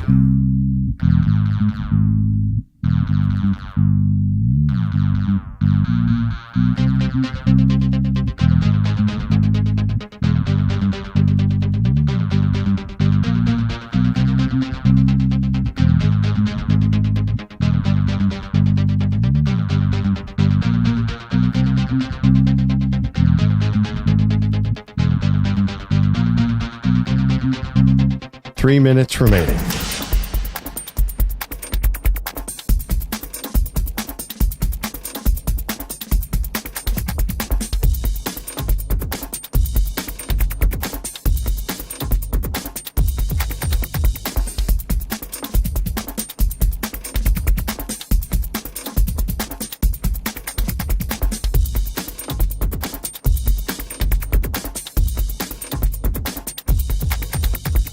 Two minutes, 30 seconds remaining.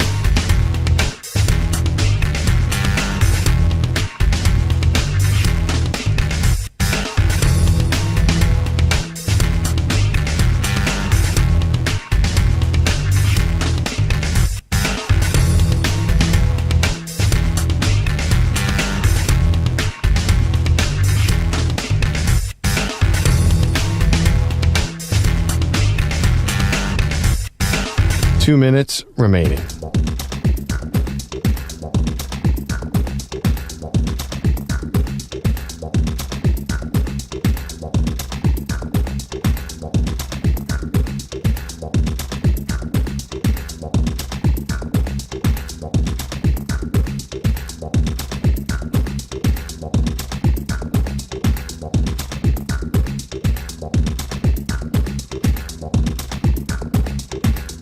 1 minute, 30 seconds remaining.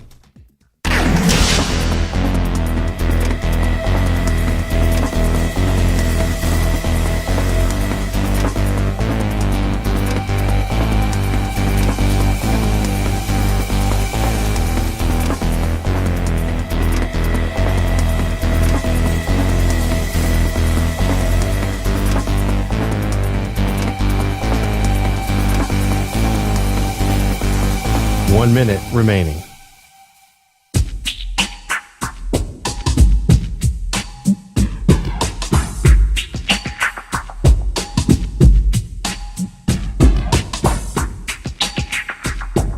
.45 seconds remaining.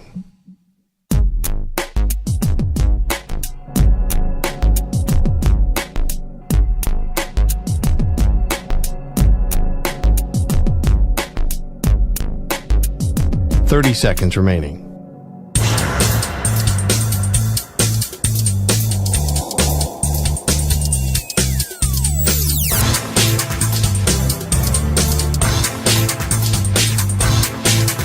Fifteen seconds.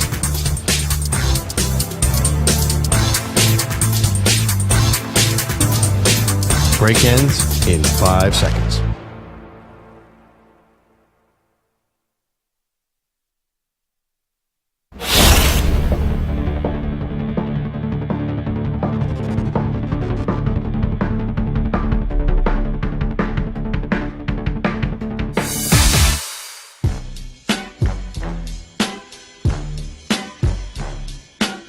Welcome back to the Zach Gelb Show. All righty, rocking and rolling. It is the Zach Gelb Show on the Infinity Sports Network. The Rams started off the season 1-4, but now they've won 3 in a row after a big overtime victory this past Sunday up against the Seattle Seahawks. So they're 4-4 on the season. They'll be in primetime on Monday night up against the Miami Dolphins. And a man that had a big game on Sunday is a friend of the show. He joined us in studio before he was finding out what NFL team he was going to get drafted by out of Florida State, and that's Braden Fiske, who, by the way, had not only 1, but 2 sacks in the contest up against the Seahawks, and he's kind enough to join us right now. Braden, appreciate the time. How you been, my man? I'm doing a lot better now. Appreciate you having me back on the show. And, we had a good conversation back there. I believe it was March, and yeah, like you said, I had no idea where I was going. Now I'm sitting in Los Angeles, California, playing for the Rams. So it's been a pretty good event so far. Yeah, and it was so cool because when you got drafted, you knew that you were going to be teammates with someone that you know very well from your time at Florida State with Jared Verse. Just kind of take me back to that moment when, hey, it's like, okay, I'm going to the Rams, and I know I'm going to start my NFL career with one of my football brothers in Jared Verse. Right. Yeah, I mean, so much has happened, all at one time on draft day. And, I get that call and I see the Los Angeles number, and I had taken a 30 visit to the Chargers earlier. So I'm thinking, oh, I'm going to the Chargers. And then he said, oh, let's sneak with the Rams. And then everything just starts slowly clicking. Oh, all right, going to LA. Oh, Jared just went to LA. Like, yeah, I mean, everything just started kind of, happening real quick. But I think, once the realization set in, like, I'm playing with Verse again, it was just cool because, I think going into a new situation, a whole new locker room, having some familiarity with somebody is just helpful. And me walking the building, you have somebody to go to, if things get tough or whatever. But, I think it's also been, good from a competition standpoint of even to this point in the season of like, hey, like we're constantly like, hey, like I'm not going to make it easy on you, for this race for, whatever we're trying to get to. But, just every day in the building, we're constantly, going at each other for certain things. But no, it's been awesome so far, and I'm just grateful to have them, out there on the field with me. And like I said, the competition aspect of it's kind of been the biggest part of just, I see him doing something that makes me work a little bit harder, and vice versa. And I think that's probably the most beneficial part of our careers, even dating back to Florida State. Of that's kind of how I think we both got into this position in the first place, of just competing back at Florida State, and kind of recognizing what we had, but also I'm not going to let him outwork me too, So you're not ready to just say, hey, Jared, if the Rookie of the Year is given out, it's definitely going to be you. You're still trying to make a case to maybe take some votes away from him is what you're saying. That's still down the road. We got a lot to accomplish, but I'd be lying if I said it wasn't in the back of my head sometimes when I see him get a sack or two, Well, I did pick him before the year start to win the Defensive Rookie of the Year, so I hope Braden Fiske isn't mad at me for that. But either way, both of you have really made a quick transition to the NFL. What is it about your time together, what you see from one another, why you both could get to the NFL and not only be asked to play, but, really contribute to getting this Rams team to where they need to be?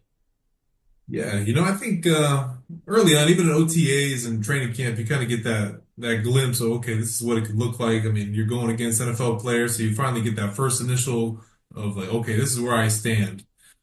Physically, mentally, my football knowledge. And I think, both of us, there's been some rough patches. It hasn't been all sunshine and rainbows on this side. There were some learning curves, and especially early on in the season, I think, teams were able to attack some of the weaknesses that, we both had. And I think that was just like a learning curve for us to, okay, like this is where we got to get better at. This is where teams are attacking us. And like, there's a lot of self-realization and a lot of, just kind of figuring out this is where we have to get better if we want to succeed. And I think after that bye week is kind of where, at least for me personally, started to turn around of, just getting more comfortable out there, getting a better feel for the, just the flow of the game. Cause, week to week things change as far as like game plan and scheme. So, just settling into, figuring out, what offenses are really trying to do to us on the field. And, it's we're on a good wave right now, and I feel good about the preparation and kind of what we both put into it as far as just what we see out there, especially third down. That's kind of like the money making down of let's get after the quarterback, and we got a good package out there. I mean, not just me and Jared. I mean, Kobe Turner's out there with us, Byron Young, Michael Hoyt, and we got other guys that rotate in that have been awesome. So it's a group effort, but there was definitely a learning curve. It wasn't great just from the start, so we definitely had to hit some rough passes to get to where we are now. Yeah, and for so many years, right, Aaron Donald was the standard in this league and the standard in that organization, and not one person's going to be able to replace Aaron Donald. You need all 11 guys to do that. Is that kind of a challenge that was presented your way that, you're like, okay, we feel the pressure. We know we all got to do our 1/11th in order to try to replace that production and that presence of one Aaron Donald? Yeah, I think it's obvious that, right, 99 is not in the building. And, everyone knows, everyone understands that. But at the same time, we're coming into the league. We're also trying to make our mark as well.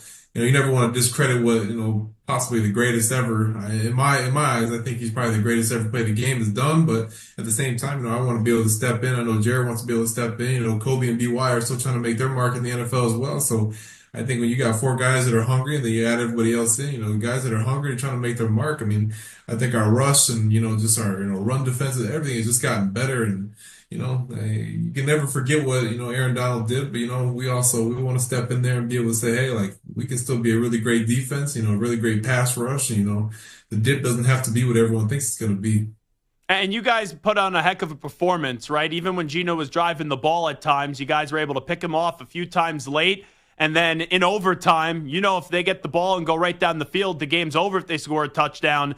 That 4th and 1 stop was massive. Just how about what that does for a defense's confidence?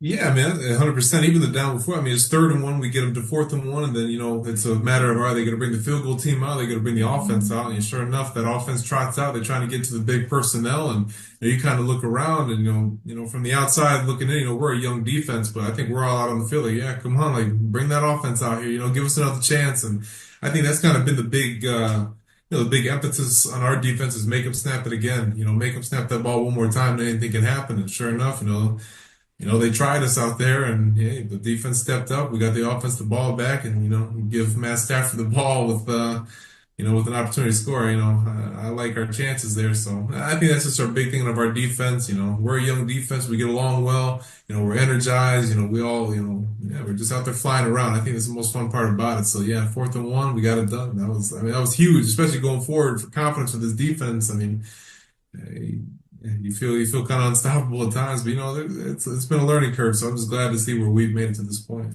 Were you surprised that they elected to go for it there and they just didn't kick the field goal, Seattle? It wasn't really a matter of surprise. It was just, I think it was just, what are they gonna do? Whichever they do, we'll adapt, we'll overcome it. And I think, I don't think anyone wants to put Matt Stafford back out on the field, with an opportunity to win the game. So I think, they probably made the right decision to try to, put the game in their hands and win the game. But like I said, good teams, find attack adversity. And I think, like you said, they drove down the field and they put us in a pretty scary situation of where we had to get a stop, and we overcame it. So I'm just really proud of our guys for being on the field for that. Last week was the week of just ridiculous catches. When you see the game-winning touchdown, how did you kind of process that one, Braden Fiske? Oh man, it was just all going. I mean, just mayhem on the field. People running around, yelling at fans. Because Seattle's a tough place to play. Their fans are pretty ruthless out there, and we're just, jawing at the fans. Everyone's running around. It's just chaos. But the whole time, I don't know. We knew when the offense ran out in that field, and they made that catch to get a first down. Getting closer to 50. So yeah, we got it. Like, it's our game now. You could just feel the momentum. You could feel the crowd get quiet. And that's when I was like, yeah, we got this in the bag, and it felt good. And yeah, the catch is added to the whole chaos of the entire game. I mean, so much happened.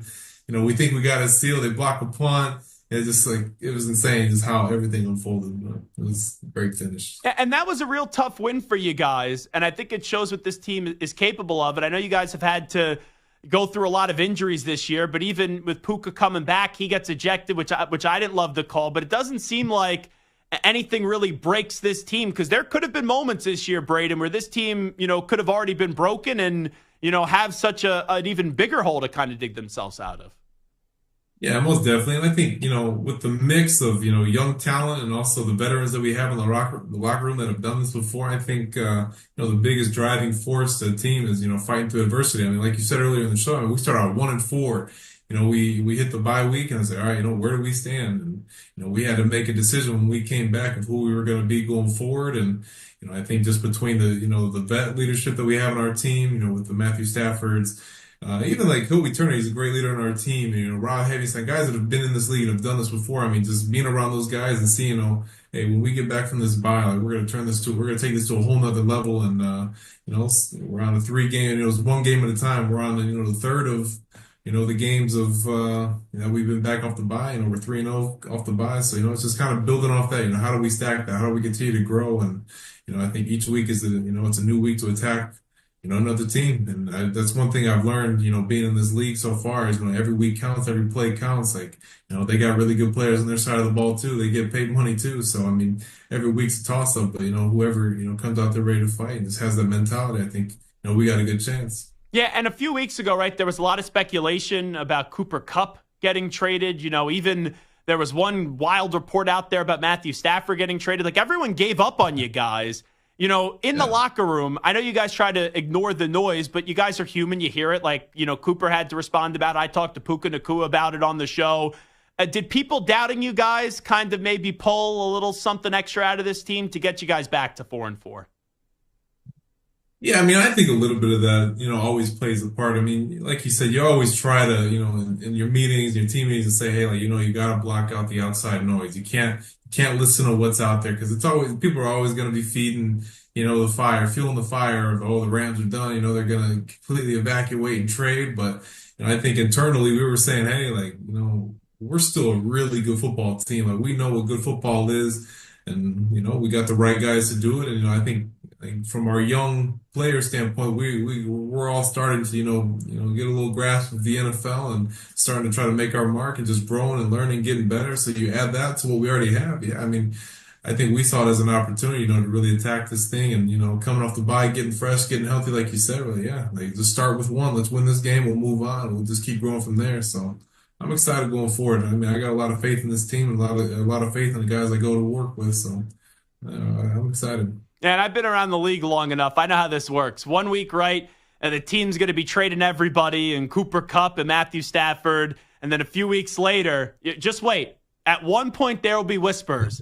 Will they be able to get Aaron Donald back? Or will Aaron Donald come out of retirement? Has there been any chatter there in the locker room about that possibility? Definitely not internally. Like, we don't really talk about it in the building, but, outside the building, that's all I see. And, we have a great game, this past week in Seattle, a great pass rush, and the story is, they don't need AD, 1 week if we don't have a good pass rush, they're missing the greatest of all time. It goes back and forth, and you hear both sides of it, but no, I haven't talked about it much. We like the young core that we're working with. Like I said earlier, we're trying to make our mark as well. So, we're however it shakes out, we're going to just keep going to work. Yeah, he's not a spotlight guy, Donald. That's why a lot of people love him. Like, he's unbelievable, but he didn't want to be in the spotlight ever. There was one video I saw of him, on the couch sleeping that I guess his wife or girlfriend took of him to make it known, hey, he's definitely not coming back. Have you been able to, just because of the nature of the Rams and you being on that defensive line, is there any relationship that you have with him? Just wondering. Yeah, I mean, I got to meet him in when we had the practice, what was the call in August when we practiced against the Cowboys. He came out to one of our joint practices, yeah, and I got to meet him there. I mean, super good dude. I mean, he didn't show any signs of wanting to be back out there. It seemed like he was enjoying his time off, but I can't speak for the guy. But yeah, I mean, super good dude. He's giving me little pointers. Got to have just some casual conversation with him, and yeah, I mean, awesome guy. I mean, I had a whole lot of respect for him, looking from afar. Even when I was in, high school and middle school, just just somebody you look up to, just, the way he played the game. So yeah, I mean, that was kind of that was a cool moment to be able to meet him. So now you guys, Braden Fiske, will turn the page. You're 4-4. You get above 500. You got Miami coming up on Monday, big primetime game. I know they don't have a good record, but man, they have some serious pieces with Tua and Jalen Waddle and Tyreek Hill. Got Raheem Mostert and Devon Achane as well. We'll see who's going to play with some of the health concerns. But what do you kind of focus in on? I know you can't tell me the game plan, but man, there's a lot of talented pieces on that Dolphins offense. Yeah, I mean, that's like you say, you talk about all the weapons that they got over there. I mean, that's a big focus. I mean, you can't just hone in on one guy like you can some other places, but I mean, they got guys all over the field, so it's a joint effort. I mean, we got to get halves to the ball. I think that's like the one focus that we're trying to improve on every week is when you got those fast guys that can make guys miss in the open field. I mean, we got to get the big guys running out of the stack. We got to get everybody to the ball, halves to the ball, more assisted tackles and solo tackles is kind of the goal. And yeah, I mean, that's a really good team they got over there. I know Tua's back out there, so we're just excited to get after it. I mean, I think we're starting to catch some good fire in our defense, and we're getting into a good groove, so we got to keep that going. I'm excited to get after it again Monday night. It's gonna be awesome. I know you had 2 sacks last Sunday. Do you think that was your best game as a pro so far through this first 8-game stretch of your professional career? Was there another game that you maybe thought you were better in? I think that was probably the best, on the stat sheet. I think I've just gotten more and more consistent, as the weeks have gone on.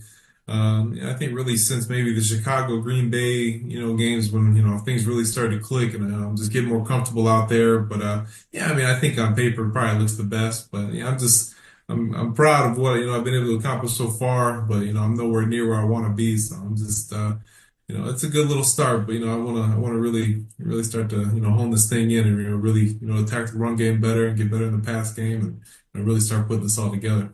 Last thing I'll ask you, Braden Fiske on the way out, Rams 4-4. They got the Dolphins coming up on Monday. Stafford for so many years just didn't get his credit. Then eventually, gets traded from the Lions, goes to the Rams. They win a Super Bowl. You've only been his teammate for a few months now, but man, he's really started to get his due nationally. Just what impresses you so much being in that locker room with Stafford? I mean, he's the real deal. And, I think it's cool to hear from other guys that have been in the NFL and been around other organizations or other quarterbacks, and they come here and say, oh, yeah, like, this guy's legit. Like you just don't see it. Like, the throws he makes in practice, just the person that he is off the field. I mean, super good dude.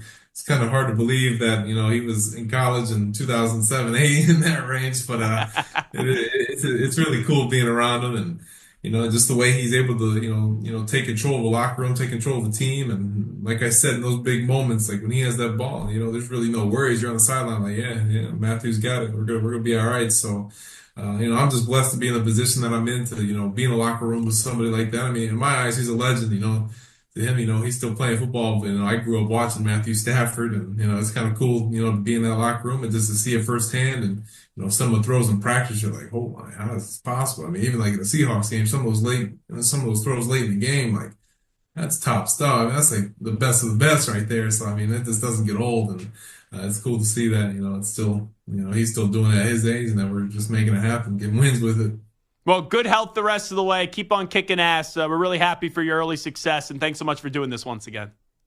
Yeah, appreciate you, Zach. Thanks for having me on. You got it. There he is, Braden Fiske. Dude's going to have a long career in the NFL. Him and Jared Verse doing what they did at Florida State, now in the National Football League, and doing a heck of a job trying to replace the presence that was Aaron Donald with the LA Rams. And they were my Super Bowl pick before the year started. I had Rams and Ravens.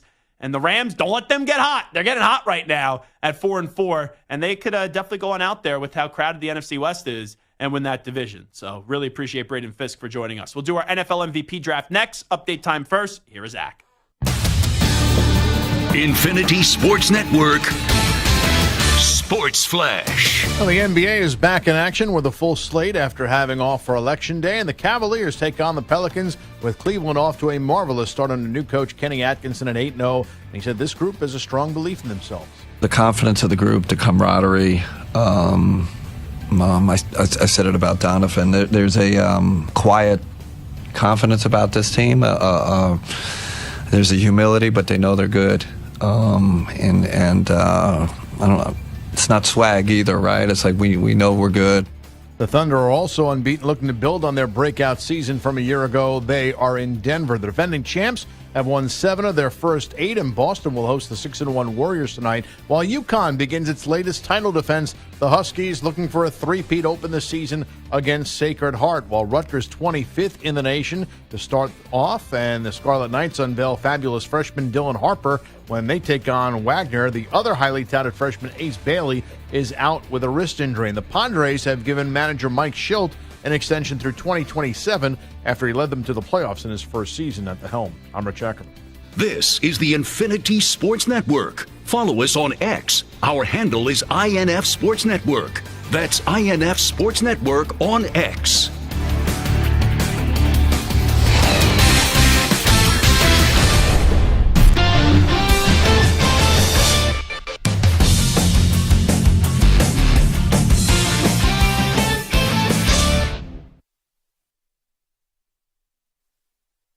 You're in a 5-minute break.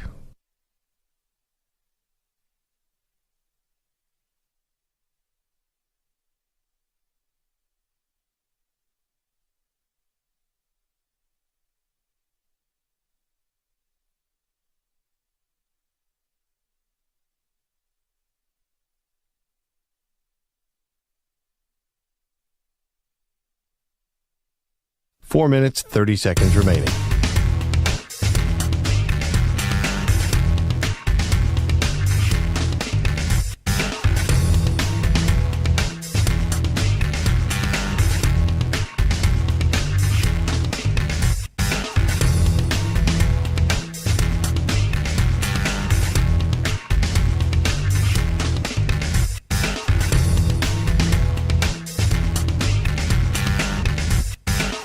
Four minutes remaining.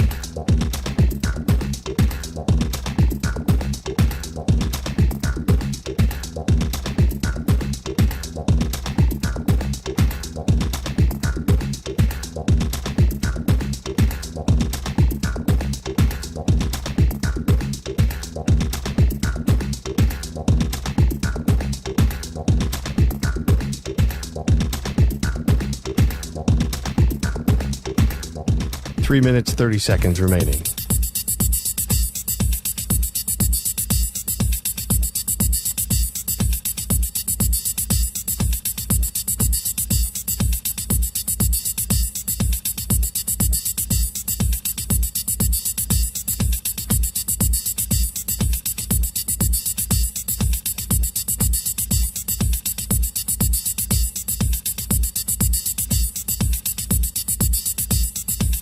Three minutes remaining.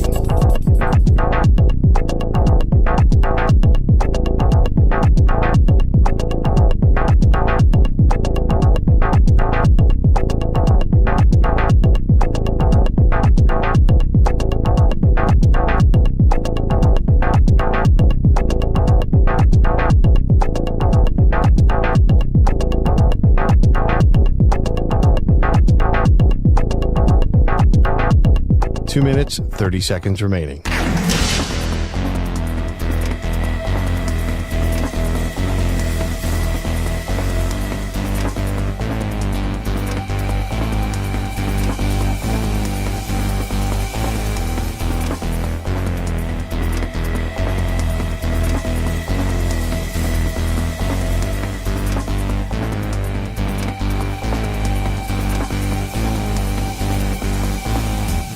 Two minutes remaining.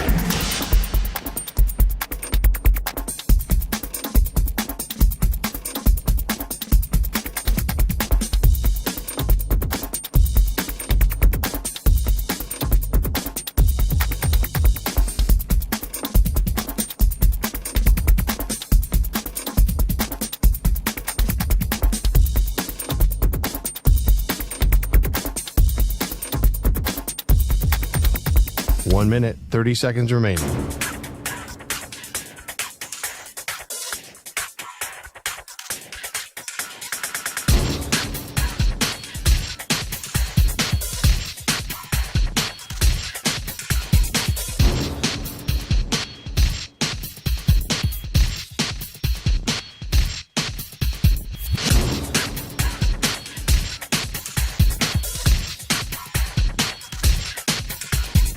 One minute remaining.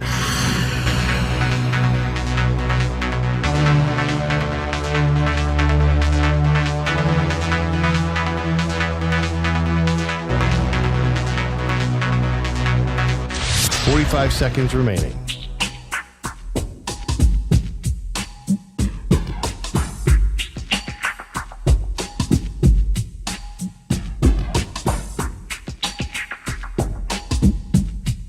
Thirty seconds remaining.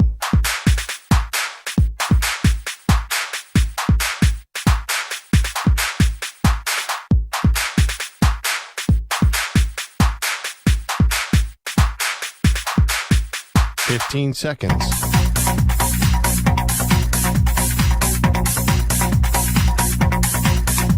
Break ends in 5 seconds.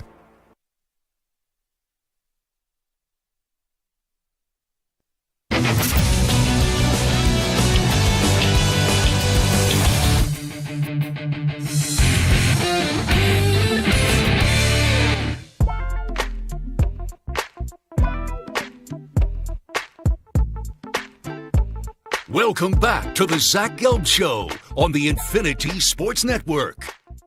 That is me. And yes, it is the Zach Gelb Show on the Infinity Sports Network. We will do a little MVP draft right now. Stupak, music. Got any bars, Stu? Just wondering. I'll let you go first, Stu. I'll be nice today. I'm in a good mood.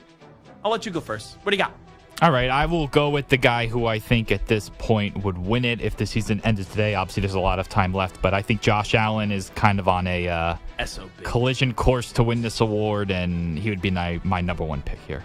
So can I just make an honest admission there why I wanted to go second? I thought you were going to take Lamar Jackson. And you're going to get Josh and whoever next you think. Because I don't know why. I feel like I'm in a minority now when I say that Josh Allen is the MVP of the league. I feel like after this week, most people are saying it's Lamar Jackson. Now, I look at the odds, depending on what book. You know, I see one book has them both at plus 300, then one has Lamar at plus 280 and Josh at plus 300. It's just like, for some reason, I feel like I see so many more takes about Lamar winning the MVP, and I've been on Josh Allen winning the MVP since the summer. So, you take Josh Allen, I will take Lamar Jackson, and then here's where it gets tricky. You know what? Can we rewind? I'll go first. Stu goes second. I almost want to do that. The second pick I will make. You know what? I could take Derrick Henry, and it's like, oh, I get either Lamar or Derrick Henry. But I'm actually going to do something here where I'm going to bank on a team that's given me no reason to believe in them this year. But if they win on Thursday, they got everything right on the table. And if this team wins the division, I know they got the Steelers still in front of them and the Ravens. But if the Bengals win the division, I know Hendrickson's having a good season. And I know they have a talented roster. But Joe Burrow's been really damn good. The defense has just let him down. I'll go Joe Burrow as my third pick. Or as the third overall pick of this. I like it. Mm-hmm. He was definitely on my short list here. The stats are so good, and obviously he can have a great end to the season. Just real quickly, Josh Allen, Stu took first, then I took Lamar and Joe Burrow. So now you have two picks. What do you got? All right. I will go with Patrick Mahomes. Now, I know his stats aren't great yet.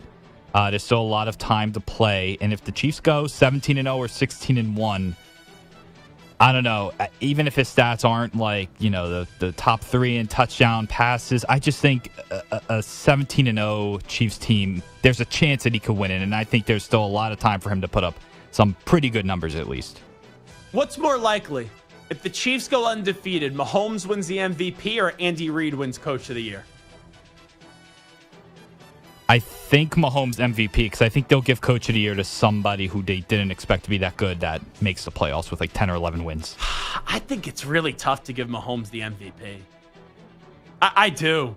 I would think then he would get Coach of the Year. Now, he has 11 touchdowns, 9 interceptions. If he only throws like one more pick the rest of the year and then throws for 25, 30 touchdowns, like I guess it's possible, but he just he keeps on winning. But it's not like he's like great in any of these games. So you take Mahomes. Okay, next pick.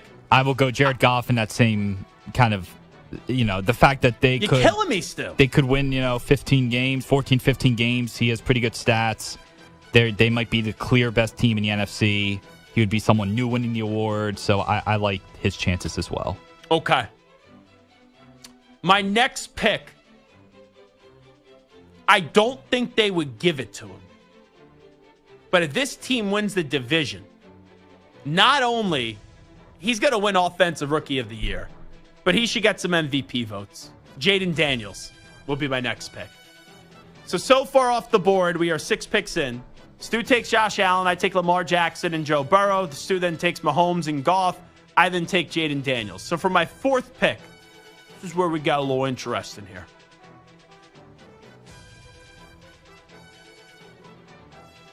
I will go with Derrick Henry. I will take Derrick Henry. Even though they'll probably split votes and cancel each other out, what Henry has done has really brought back a belief that the Ravens can get to a Super Bowl this year. So I will take the first non-quarterback. I go King Henry. Stu? All right. Coming up next now, I think this is where there's a bit of a drop-off. Very tricky here. This is definitely tricky. You know what? Let me go with someone who could win the division in the NFC West. And if they win the division, again, the numbers aren't amazing, but I think this team would be kind of surprising. A lot of people didn't have this team in the playoffs, and that is the Cardinals. So I would go with Kyler Murray as my next pick. Kyler Murray. I guess, he's also in the running for Comeback Player of the Year, too. Yeah. Okay. So you get one more pick, right? Yes, that is correct. Here I will go with... This is slim pickings It's here. hard. I think there's 2 more names out there. I think one could win it. I don't think he will, though. The other one I think is no shot to win it, but I think there's a great case to be made. So both non-quarterbacks, by the way. Both interesting non-quarterbacks. Because I'm kind of thinking all quarterbacks here, only because that's where the award goes. It is your vote, not mine. I'm not going to... Hey, that's been a lot in the news these days. People will tell you what to do with your vote, Stu. Ultimately, you get to make the decision on who you want to vote for. It is your pick. All right, let's just say that the Bucs make the playoffs. Mayfield already leads the league in yards. He has over 20 touchdowns. Let's just say he keeps balling out like this, gets close to 40 touchdowns. How about Baker Mayfield? Okay. Here are the 2 names I'm thinking of. Saquon has a shot. Because you think of that Eagles offense, I think of Saquon first. Now, I think they'd probably make him more likely Offensive Player of the Year than MVP.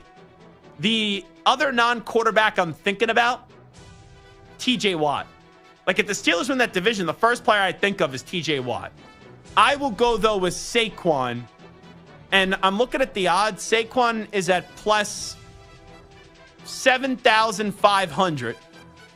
And you take a glance at Jalen Hurts, he's at plus 1,200. So clearly they favor Jalen Hurts over him, but I would think Saquon is more valuable right now. So that's what we end up going with. Stu's picks: Josh Allen, Patrick Mahomes, Jared Goff, Kyler Murray, Baker Mayfield. And your boy goes with Lamar Jackson, Joe Burrow, Jaden Daniels, Derrick Henry, and Saquon Barkley. Comeback Player of the Year is going to be fascinating. Because, is Darnold now out of it because he just came back from being bad, right, with the criteria change? How does that guy not win Comeback Player of the Year? And then you get some of those other guys in the conversation. It's not going to be Rodgers unless they go on some crazy tear. And then as we talked about, right, Kyler's got to be in the conversation as well. All righty, Zach Gelb Show, Infinity Sports Network. We address Hot Take Hickey next.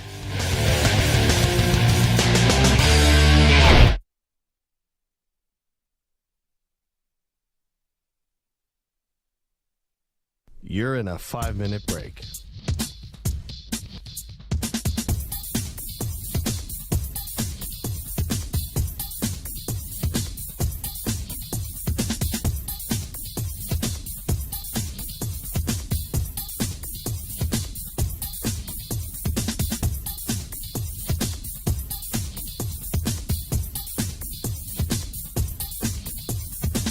Four minutes, 30 seconds remaining.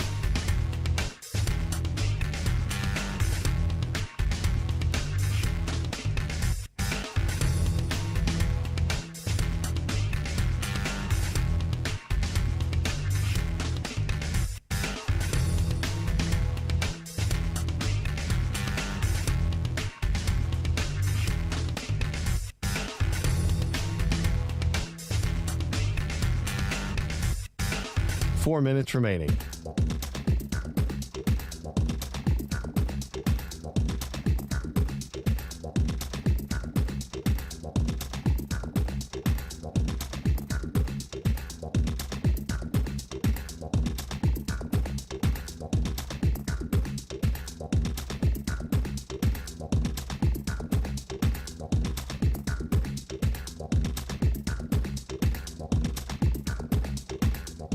3 minutes, 30 seconds remaining.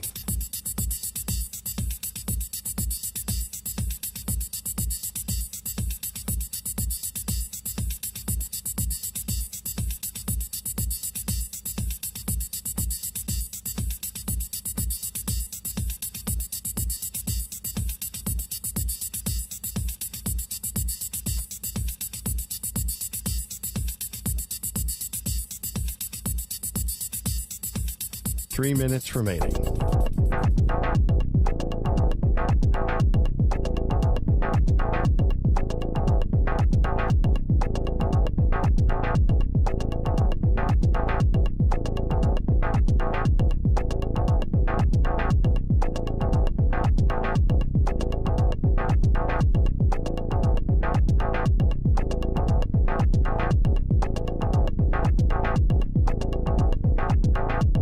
Two minutes, 30 seconds remaining.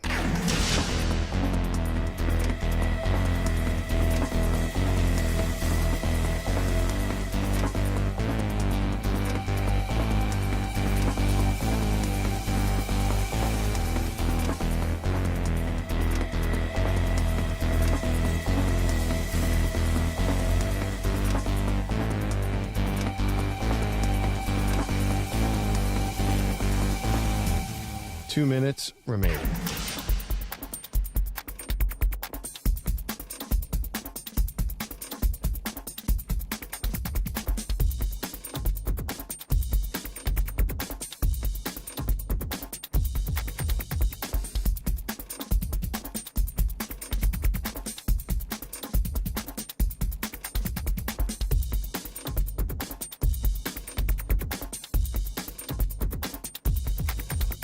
One minute, 30 seconds remaining.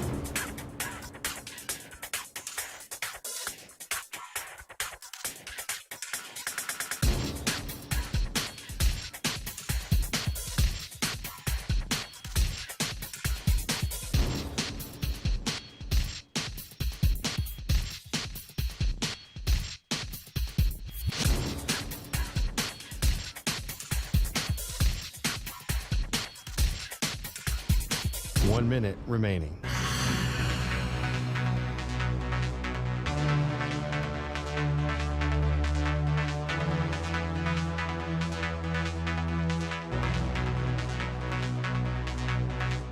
Forty-five seconds remaining.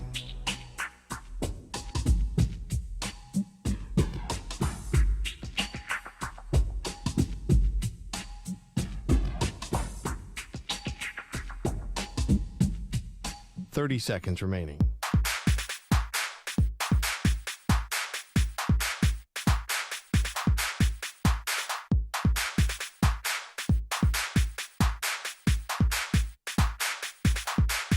Fifteen seconds.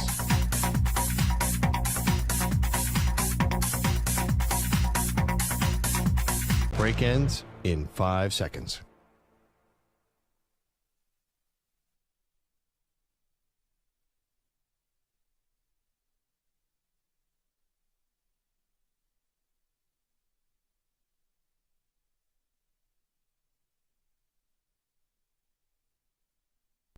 To infinity and beyond. He's live. He's nationwide. This is the Zach Gelb Show.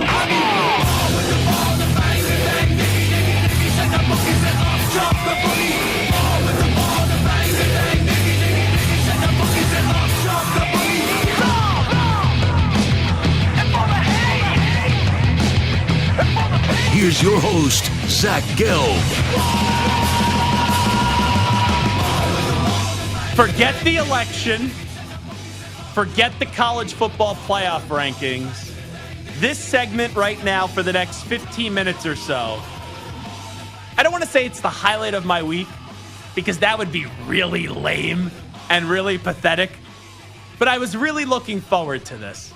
And in my world, in my universe, I think this is the biggest thing going on right now.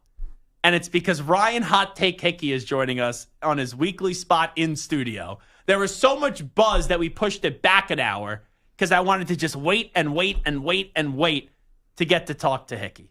So, Hickey, congratulations, by the way. Thank you, Z-Man. For what exactly? Well, I saw a good tweet. PSU_TK.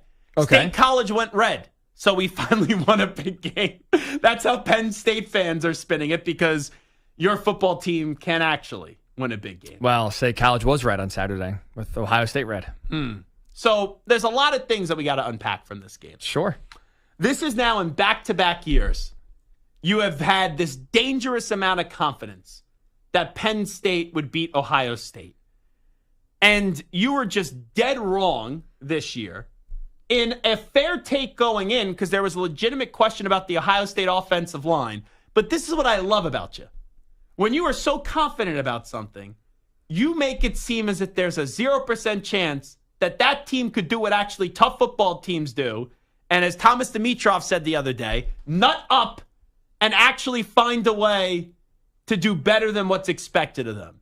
And that offensive line for Ohio State wasn't perfect, but they were more physical in the game than Ohio State was. And with the game on the line, right, the defense for Ohio State made a stand, and then offensively, they ran the ball right down your throat. So speak for yourself and atone for your sins after making fun of the Ohio State offensive line. I got fooled. This was the most vulnerable Ohio State team since 2011 when they went 6-7 with Luke Fickell. They had real holes, real concerns.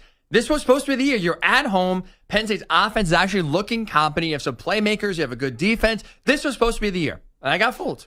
I got fooled yet again because guess what? It wasn't supposed to be the year, though. No, this was to beat Ohio. I'm not even talking about just to beat Ohio State. This was the year. You said last year was supposed to be the year. You're at home. You're on the road. They should have beat them last year, and they classic Penn State came up short. But at least this year, you had a real path of quarterback questions with Will Howard. A week prior, you saw Ohio State offensive line get bullied by Nebraska and not be able to run the ball and almost lose that game at home. They truly had holes, like real holes, that Penn State could take advantage of for the first time since I was a student there. And so shame on me for believing that this is supposed to be the year when there were actual, like, real vulnerabilities with Ohio State for the first time in a long time. And yet again, Penn State can't come through. And yet again, the same issues pop up every single time they play this team. It's maddening. Can I just make a comparison here? Have you watched the show Ted? Not the movie, the show that came out, Ted? No. Okay. With the teddy bear? Yeah. So I didn't know they made a show. Yeah, it's actually a pretty good watch. It's funny. I would recommend it. But in the show, there's a bully, right? There's a bully. And his father left the family when the bully was young. And that's why he's a bully. So Ted and, whoever is the owner of Ted in the show, right? The kid. They play a joke where they pretend to be the kid's father. And they tell the kid to dress up in like a sailor suit and meet us at the restaurant. Because I guess the mom told him like he was away right in the Navy. So they had this kid showing up thinking his father was finally going to meet him and finally wanted to have something to do with his life. Yeah, in a diner. And then they called him and they were like, hey, I can't make it. You are the bully in the show. You always think dad is coming home. You always think Penn State is going to win the big game. And you talk yourself up every year when you know dad isn't coming home because he wanted nothing to do with your life. And every year you talk yourself up that Penn State is going to win a big game, and they don't. To be fair to myself, in terms of this dad's not coming home, all right? It's not like my delusion I was on an island. There were a lot of people, national, other coaches, other fans that believed this was the year.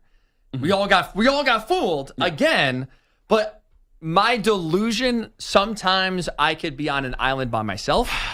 This was not the case. I was in the majority here. No, you weren't. There was a lot of people picking Penn State. You were not in the majority. There was a big thought they were going to win this game. You know what majority I was in the majority, means, right? Yes. So, like, if it's out of 100%, you have to have over 50%. Correct.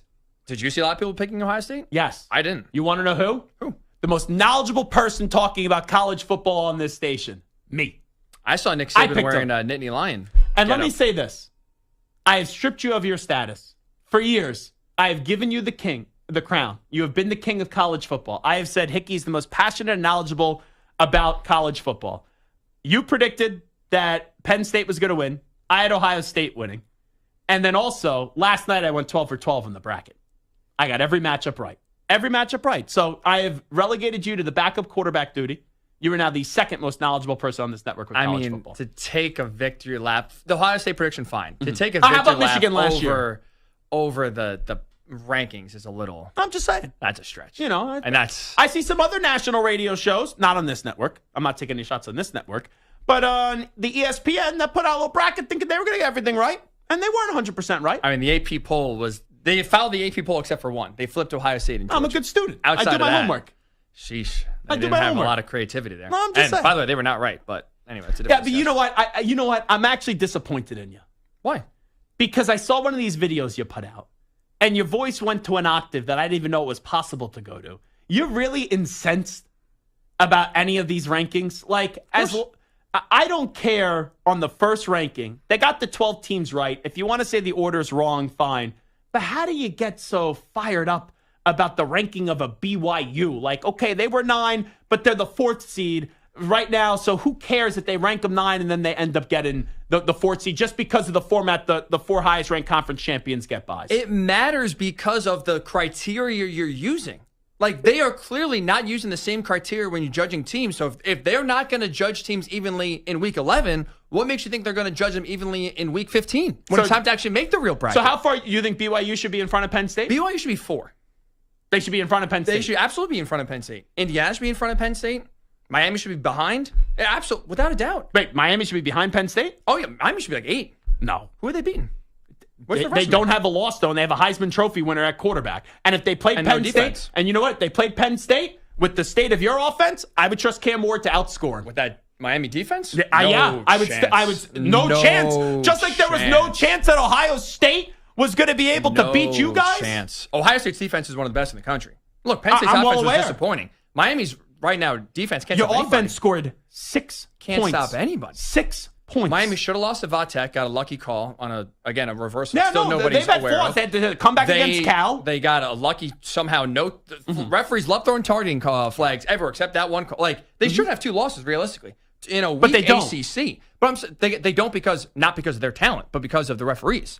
And you're losing to Duke at home by 11 in the second half the other night. They ended up covering. They did. Again, credit to them. They ran away with it. I was on Duke plus the points. But it's if you're looking at this rankings, what screams, what has Miami done to deserve right now the 4th ranking? My answer is nothing. Cam Ward is tremendous. Heisman Trophy, absolutely. Great offense, though, doesn't mean you're the best team in the country. Here's what's stupid, though, I think, with the 12-team format. It's just if you're going to tell me the 4 highest-ranked conference champions need buys, and I know it's the group of 5 school, they're just going to get the 12 seed each and every year. I think the 5 highest-ranked conference champions should just be guaranteed a spot into the college football playoff. I don't necessarily think they need a bye. What do you think about that? Well, with the 12 team, you have to have buys. No, you have to have a bye. What I'm saying is, I don't think just because you win your conference championship, that means you should definitely get one of those buys. You should just be guaranteed a spot, in my opinion. I like the conference championship part of it because I think it still makes the regular season more important. Now, if you're Oregon, Ohio State, that Big Ten title game, if the bye was online, is essentially meaningless, right? You're going to have 1 versus probably 2. Well, the winner would be higher ranked. Sure, but you're still going to, most likely, both will probably get a bye. Right? If we're talking about 1 versus 2, well, all of a sudden now, in that matchup, you're talking about, again, 1 versus 2, but the winner gets a bye, 1 less playoff game. The loser probably gets the 5, depending on what the SEC looks like, but you're talking about either a 5 or 6 extra playoff game. I think it makes conference championships important still when otherwise they would not be. I'm not letting you off the hook, by the way, because there are still, I think there has been a change in attitude within the last year, going back to last year, with some Penn State fans. I think the Penn State fans in your age bracket, right, our age bracket, I think they're fed up with James Franklin. But there is still an older guard that is hey, they only lose 1 game a year. They're actually still this great program, rah-rah. And that's why I've called them Participation State University. Because they're good. I'm not saying they're a bad program, but a lot of fans are just content with what they've done. Where I think people our age, they believe that James Franklin should no longer be the coach. So let me ask you this. Another big game that James Franklin is allergic to winning. Where are you at with your head football coach? I know the buyout, he's going to be back next year because of the buyout, but are you now done in ever believing that James Franklin will win a big game at Penn State? Yes, I am. And I don't think it's an age thing, by the way. I was there on Saturday. There's plenty of adults that are fed up. I think fans are booing. I think Penn State the fan base overall is very frustrated. Now, look, like you're going 10-2, 11-1. It's not like you're sitting there at USC or Florida State or some of those other programs. Who did you beat? What is your best win? West Virginia? But no, I think there's real palpable frustration, and I don't think Franklin will get fired. What I am interested in, I think this is maybe the first time this is real in a long time. He could leave. Depending on what jobs his are agent open. throws him out there for every job. Yes, but there was with USC, for example, he was never leaving. He was never leaving. It just feels with the fan base's frustration, with him kind of feeling like he never gets a win, fair or not, it does feel like maybe a divorce is more likely than in years past. Can I recommend a school that James Franklin should go to? Sure. How about Temple? We take you at Temple. There we go. I would actually support James Franklin at Temple. Man. I would. That's why you've been hating him on this whole time, so you can get him to your school and build up the Owls, get college game day back. You know why I can't stand James Franklin? It's because there's always a lame-ass excuse that he makes when he loses. When he lost at Temple, he stopped the game to check the PSI level of the football. A few years ago against Ohio State, we don't sit in the first row of classes. That's why we can't be an elite program. And even when you think you can't get any lower than where James Franklin goes, this clown is walking off the field. He's the head coach of Penn State. He's walking off the field, and he's getting into it with the fan, who the fan is right. What the heck are you doing on the 3-yard line, running the same play 3 times in a row and not using Warren? And he stops, and he plays it off. I was just trying to have a conversation. I wanted to know his name. He was going to get that kid's name. If that kid's a student, he was going to report him to the school and get him expelled from the school. And then this bozo, this is the part that I haven't talked about all week. And I've been waiting for you to be in this chair and for you to face the music. And for you have to face the music and answer for this clown. There is no other meaning behind that bell outside of it being a victory bell, right? Correct. That's not for cancer patients, things like victory anything bell. Charity wise. It's just if you win, you ring the bell. Ring the bell as you walk off the field. So this loser lost to Ohio State, is fighting with the fan, and he rings the victory bell? Why? I don't know. Why? I think his brain was broken at that point. Well, that's I have no other explanation. I've never seen that before. It's never happened before. I do think the fan interaction is a little overblown. Whatever. You be the bigger man, just walk by. Shut up and go to the locker room. I agree, but they weren't exactly. It was whatever. They said 2 words, moved on. Again, I agree. Just keep on walking. You lost the game. I think he really thought he was going to win and did not anticipate losing. That's more than 2 words. But I think that's why his brain just was mush. Or he thinks that there's this great program and they just showed up and put it on the field, and that's why their participation in State University. He just rang the bell for showing up. All right, I got one more for you on this, and then I'll stop at the Penn State stuff, even though I really do enjoy it, if I'm being honest. How the heck, at this institution that has big game after big game, and I will say, even though the fans are zany, they pack the place, and, it is a really great college football environment. I heard you say that you left your hotel at 8 a.m. or your Airbnb, whatever you're in, and you were 3 miles away from the stadium. Yes, sir. And you didn't get into the stadium until kickoff at noon, and you didn't do any tailgating. That's how much traffic it was. Yes. It took us 4 hours to go 3 miles. How? Because there's 111,000 people going to the stadium at the same time. That's how. Sucks. There's 2 roads in. That's it. But 4 hours to go 3 miles? That makes no sense. You literally were going 10 feet, stopping for a minute, rolling 10 feet, stopping for a minute. Could you have walked? We did walk. My girlfriend and I walked. Yeah, my parents drove. Wait. We got out of the car and we Your walked. Your girlfriend didn't go to Penn State? No. So you made poor Lolly go to Miserable Valley to watch that miserable football game, and you made her walk to the stadium because you couldn't get traffic moving? That's right. What's wrong with you? Look, if anything, it was nice to get out of the car. We were there for 4 hours. In the back seat, my legs are cramping up. Get me the hell out of here. How is it possible? I just saw 111,000 cars going in the same place at the same time. The lanes are narrow. It's not a major highway. Why didn't you just walk the whole way? Because we didn't anticipate it. Oh, okay. There's no warning. Penn State does not play many big noon games. They have noon games, but usually they're sleeper opponents and whatever. Mm-hmm. So this was the first massive home game at noon, where usually if it's a night game, people stroll in all different times.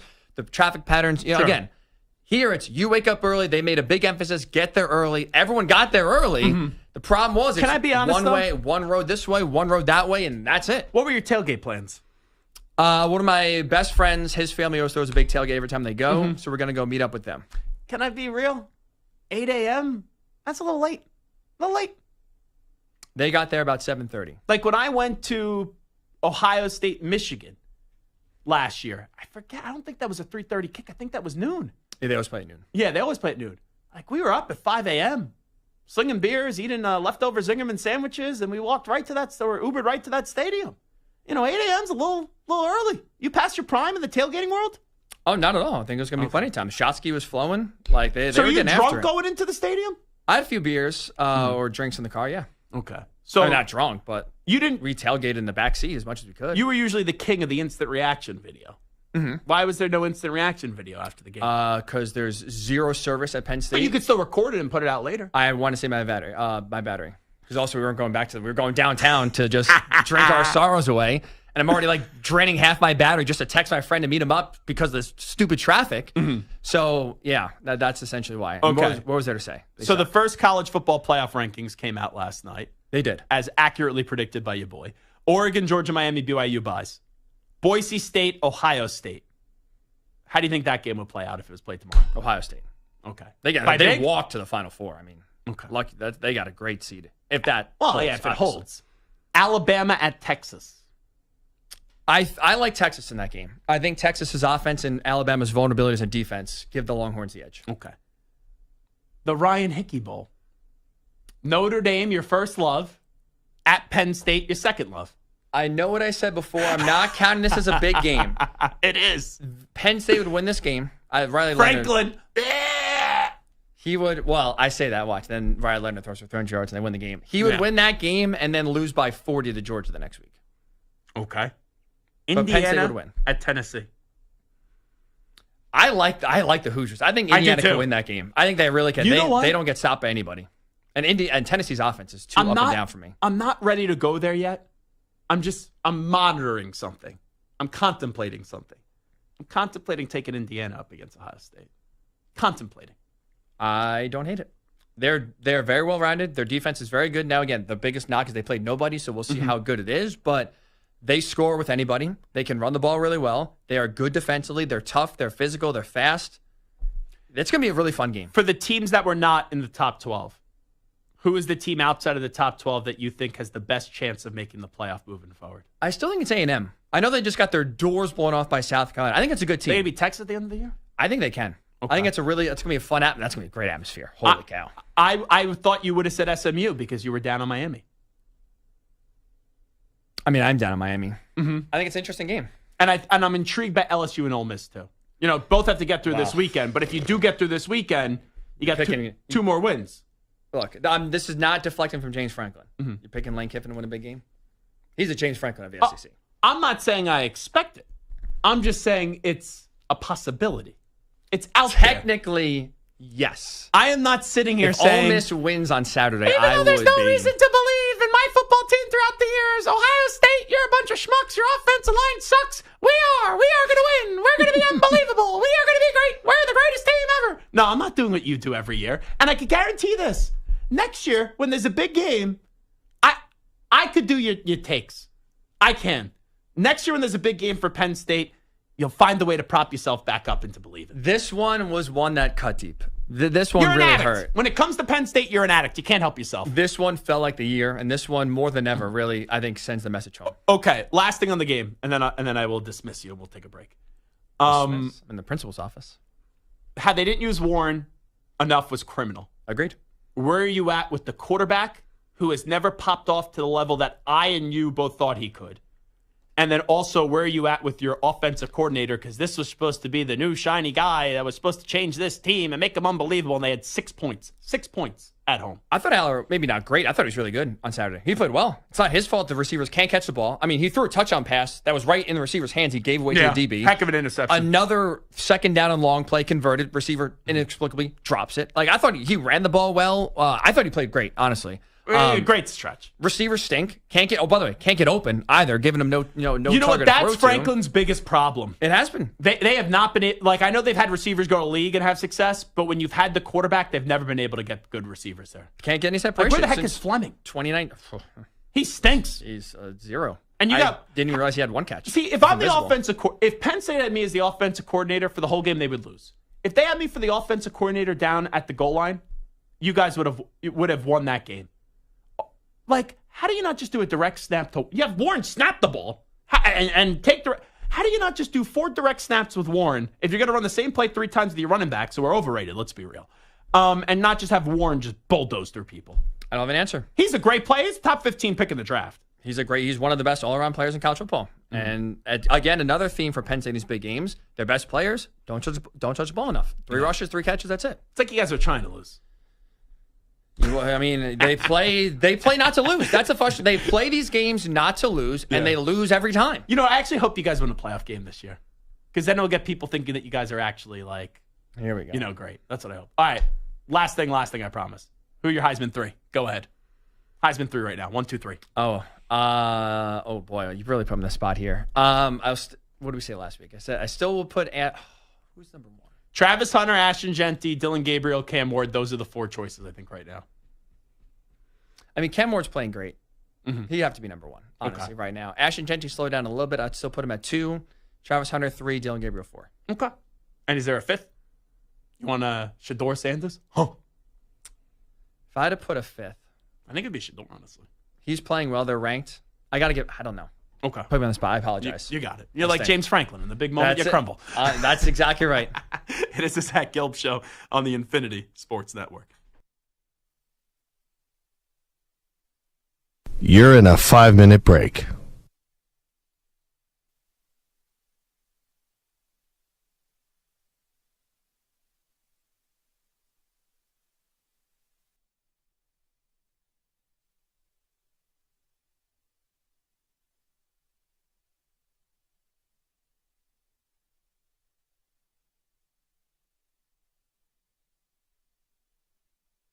Four minutes, 30 seconds remaining.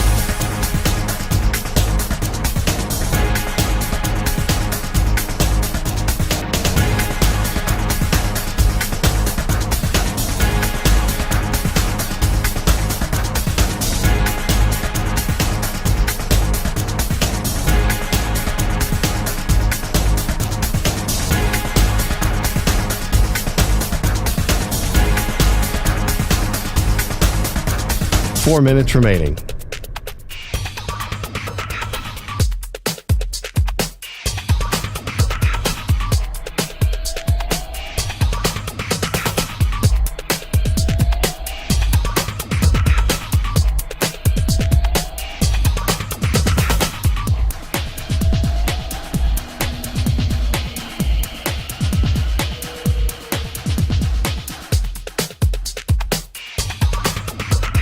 Three minutes, 30 seconds remaining.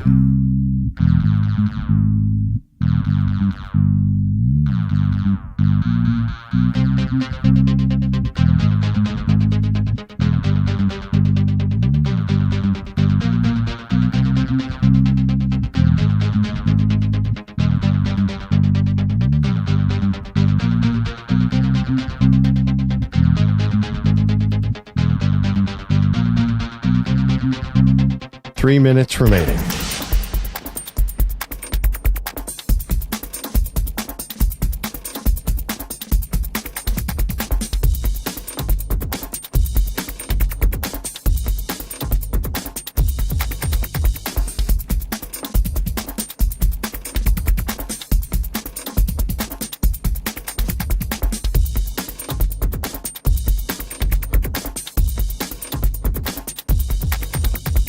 Two minutes, 30 seconds remaining.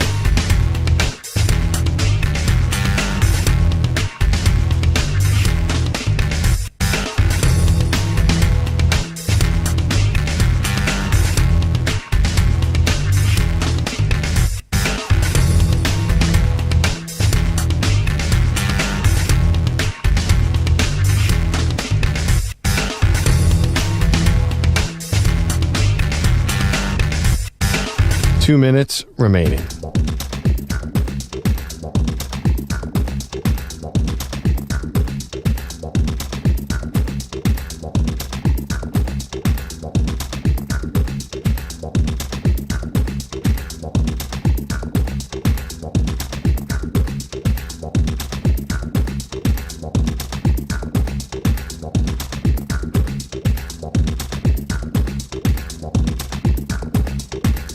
1 minute, 30 seconds remaining.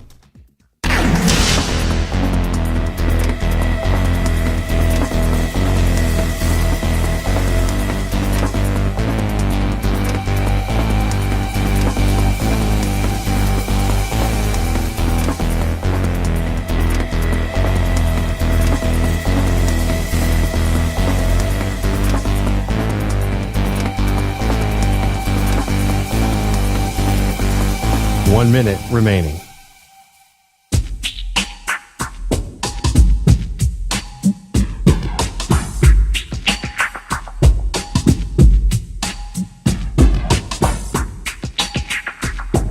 "45 seconds remaining.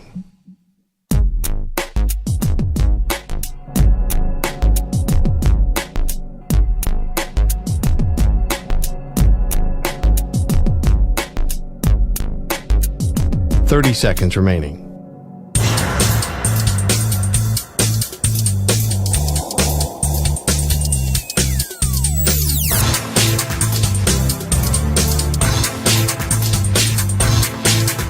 "15 seconds.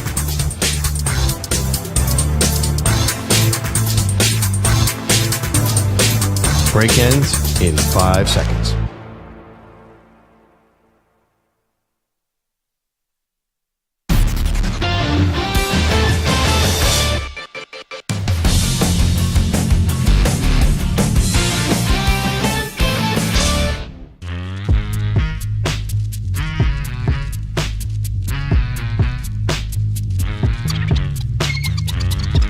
You're listening to the Zach Gelb Show on the Infinity Sports Network. So there was an article out there that the Colts received major trade interest in Anthony Richardson, but they didn't even contemplate making a deal.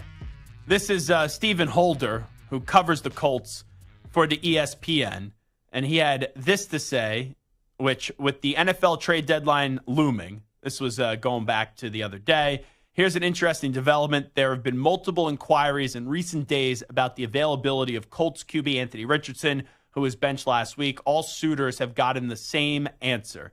He's off limits. So here's what I don't get now with the Colts.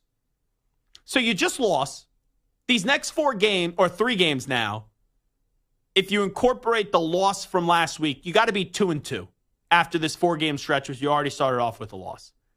Because you're telling me you're going to Joe Flacco because he's the better quarterback to win now against the teams that you're playing. That's number one. Then number two, I also think they sat Anthony Richardson down because of the fact that he quit on the team, right? He took himself out of the game. Now, I don't think this is fair, Stu, but I don't think it's a good look. But if there wasn't social media, I don't believe any of us would ever see it. Did you see those videos on Sunday night of him with his face mask on and his helmet on, and he's yawning during the game? I did, yes.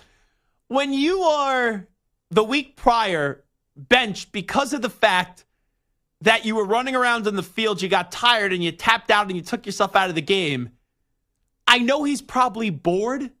Right? And if I was on the sideline and I used to be the starter, I'd probably be yawning too.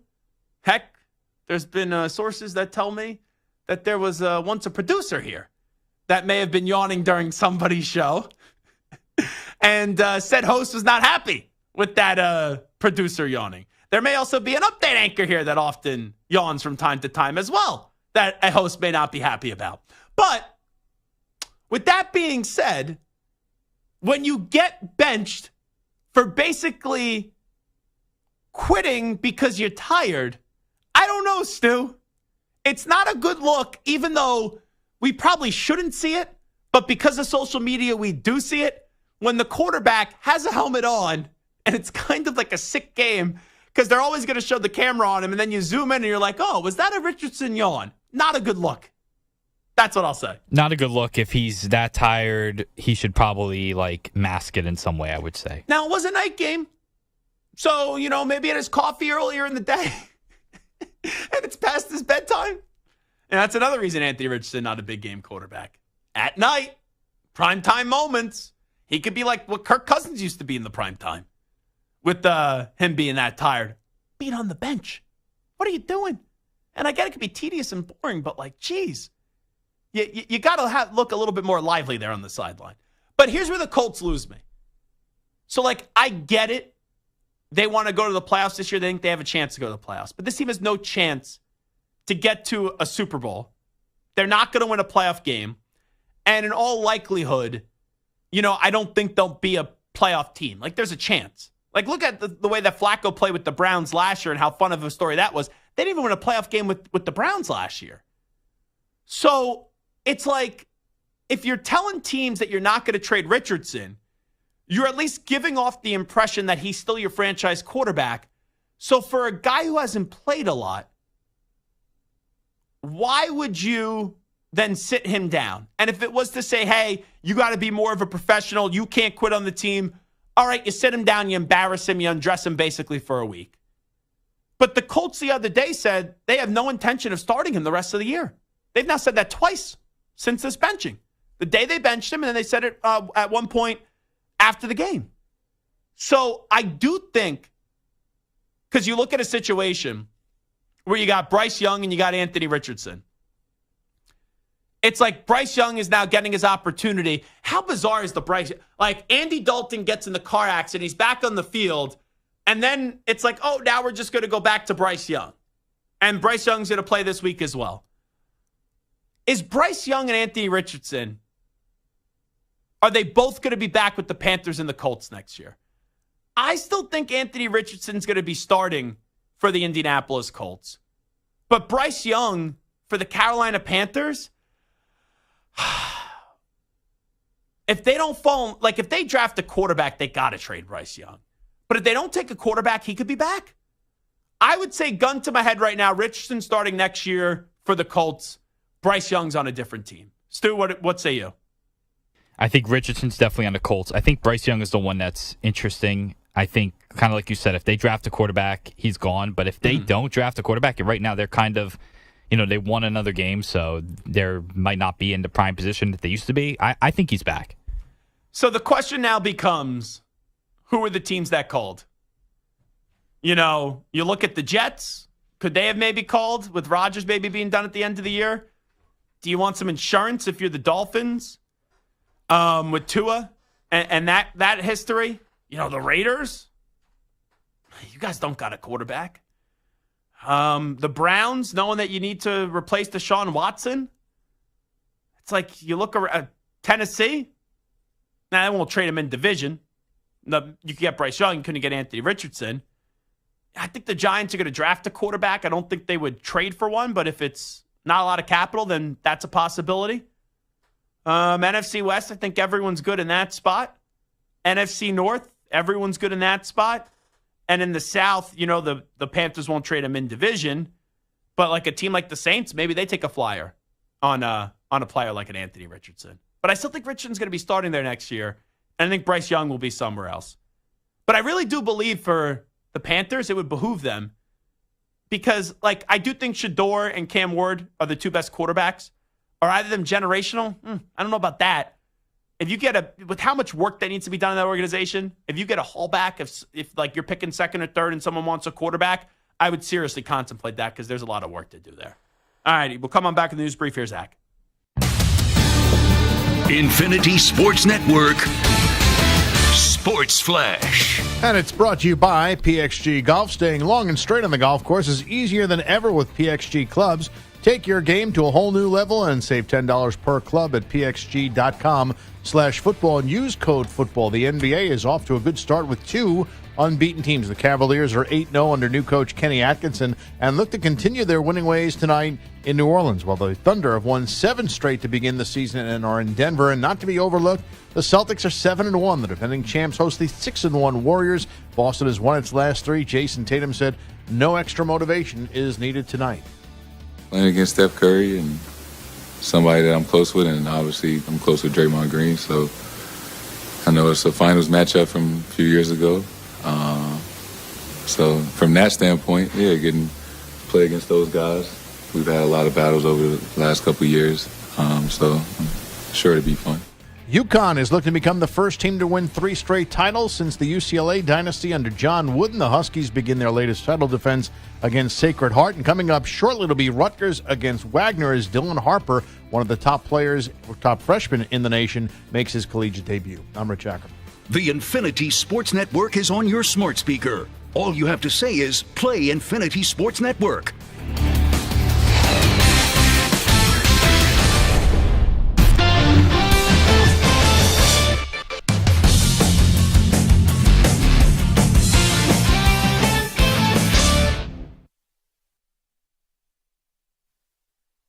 You're in a 5-minute break.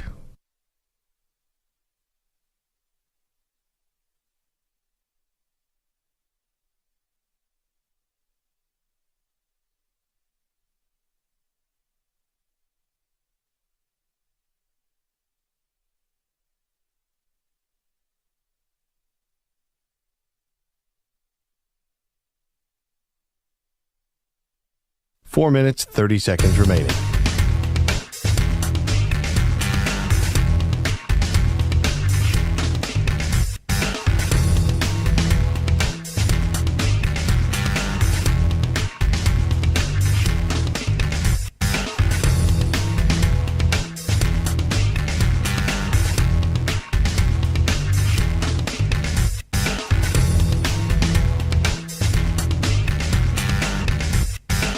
Four minutes remaining.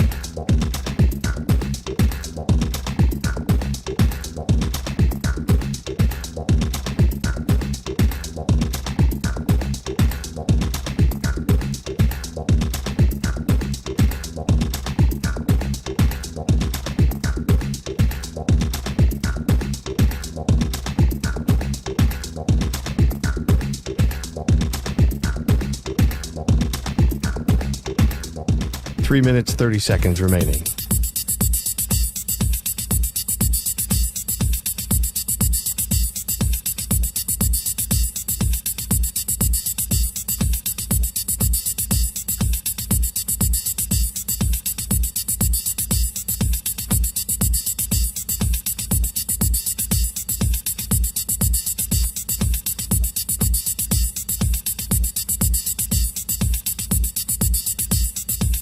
Three minutes remaining.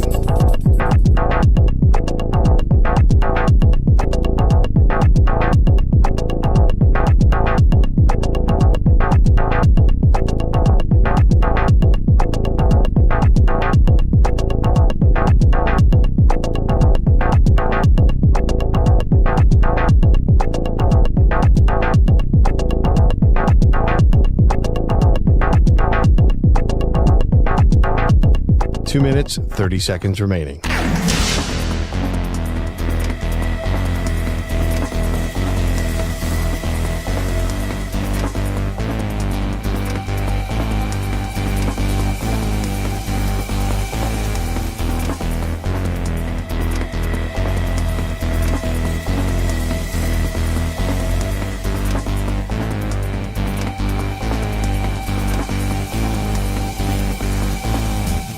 Two minutes remaining.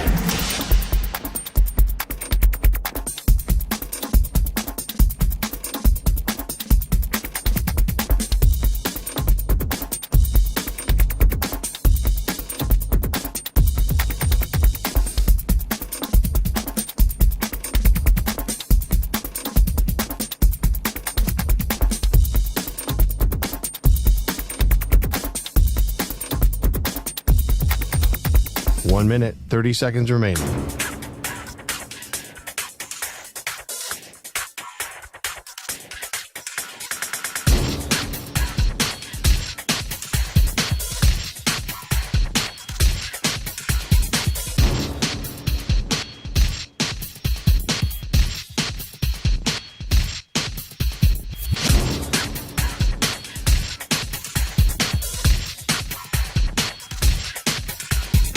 One minute remaining.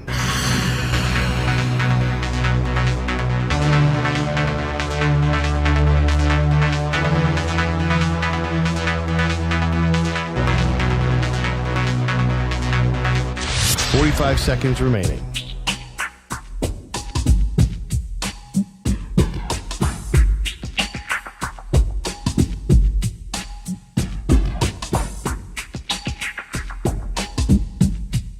30 seconds remaining.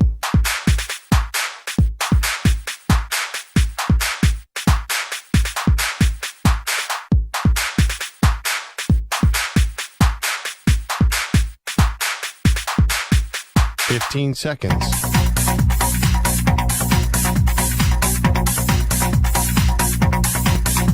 Break ends in 5 seconds.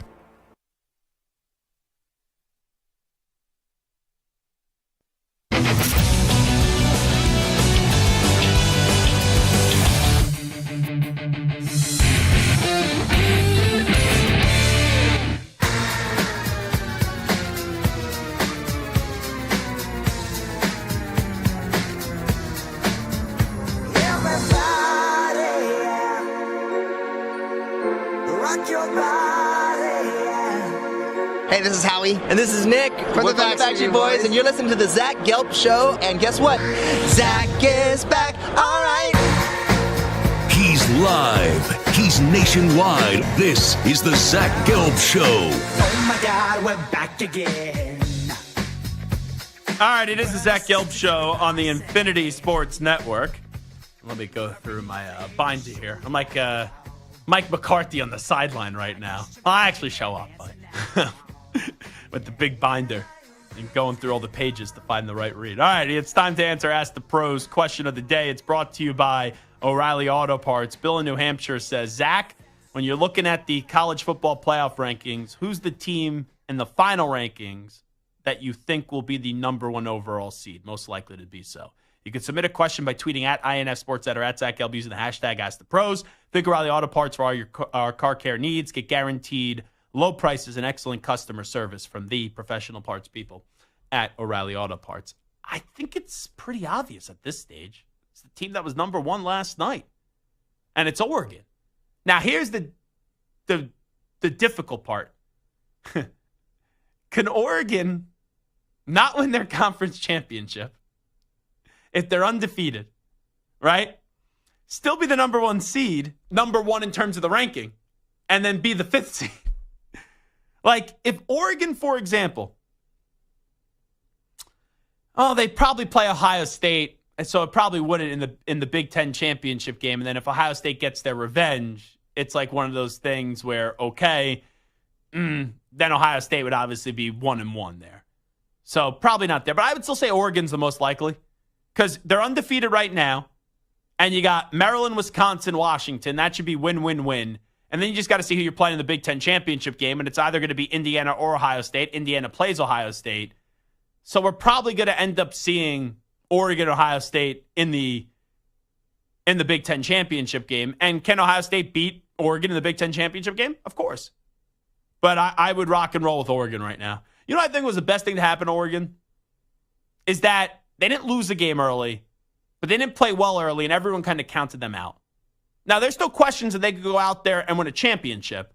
But you look at it this year, Oregon, Ohio State, and Georgia, the three teams I feel most confident in to be able to get the job done and go win a national championship.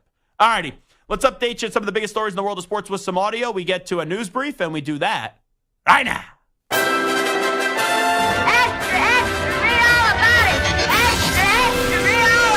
Time for your daily news brief. We get you caught up on the rumors, reports, and reconnaissance from the day in sports. Eagles Cowboys, Sunday, CBS, 4:25 p.m. Eastern Time. Vic Fangio, the now defensive coordinator of the Eagles, talked about the Dallas Cowboys offense with Cooper Rush, all likelihood starting over Dak Prescott with Dak dealing with the hammy injury. Do you anticipate the Cowboys offense changing with Dak Prescott out and Cooper Rush potentially? I don't think it will change a whole lot. You know, Rush has been there a long time. He knows the offense as well as anybody there does, and he'll operate it efficiently. I don't think there's really much there. I know people spin it. They're like, oh, nothing's going to change. That's him taking a shot at Dak Prescott. Like, imagine if he just said, yeah, Cooper Rush, he's going to be a lot different than Dak. Cooper Rush is not going to be as good as Dak Prescott. Then it would be spun as, oh, that's motivation for Cooper Rush. You know, could he have maybe said, hey, obviously they lost a really good player in Dak Prescott, and Cooper presents his own set of challenges as well? Sure, but there's not really much there for me. Jim Bob Cooter Guy is one of the great names of all time. On what Anthony Richardson has to work on. He's working on improving a ton of different sort of areas. That's the nature of being a young quarterback in this league is, when you play ball, you find out different things to work on. You find out different areas of your game. We're working on all sorts of stuff. I don't want to, pinpoint one or two, put anything out there. We're just working on getting better, all of us, and Anthony's right there with us, and we're working behind the scenes on that right now. Stu, this may be a dumb question. What do you think they're actually working on? It's like you benched a guy because he quit on the team. This guy needs reps. You could give him reps in practice, but you're not going to take away enough reps that are needed to actually make an impact because of the fact that you're playing Joe Flacco. So what are you, like, are you just making Anthony Richardson do a bunch of extra conditioning so he's not tired? It's like, are you making sure that he has espresso on the sideline? I was just saying, give him coffee. So he's not yawning during the games? This is just, it's such a bizarre situation in Indianapolis because I do believe he's going to be the starter next year. But they don't believe in him anymore. Weird. Tomorrow, Thursday Night Football, kicks off already week 10. I can't believe it's already week 10. Okay. The Cincinnati Bengals will be going to Baltimore to go up against the Baltimore Ravens. Jamar Chase had a little funny answer.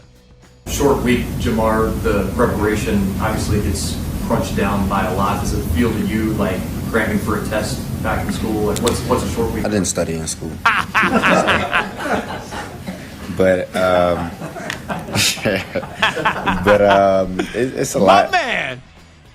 That's like Cardell Jones from back in the day. That's awesome. And you know what? I give Jamar Chase credit for it. And I was, not to compare myself to Jamar Chase.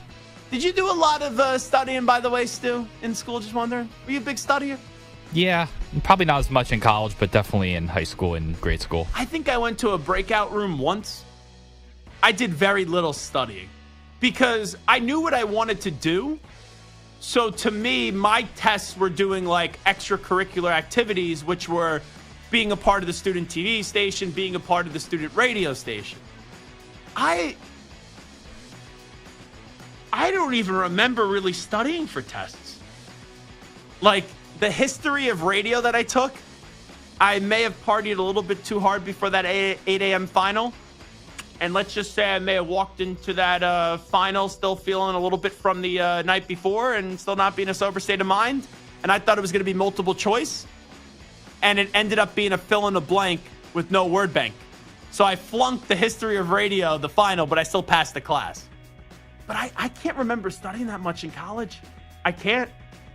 I think the most I studied when they made us go to study hours when I was in a fraternity. Like they made us go to the library for 2 hours. But I did not. I just like wrote the paper, took the exam. I didn't really study much because I knew C's just got degrees for your boy Zach Gelb. Yeah, I feel like because I also was like a communications major, I feel like a lot of it was just papers and like doing stuff. Projects more than like taking a test. Yeah. I don't know. Math is the one I had to study for the most. Yeah. Because you had to pass one math class. Dr. Raymond Coughlin, I'll never forget him. And it was tough. Tough to pass that class. But I got to see. So that's all I needed.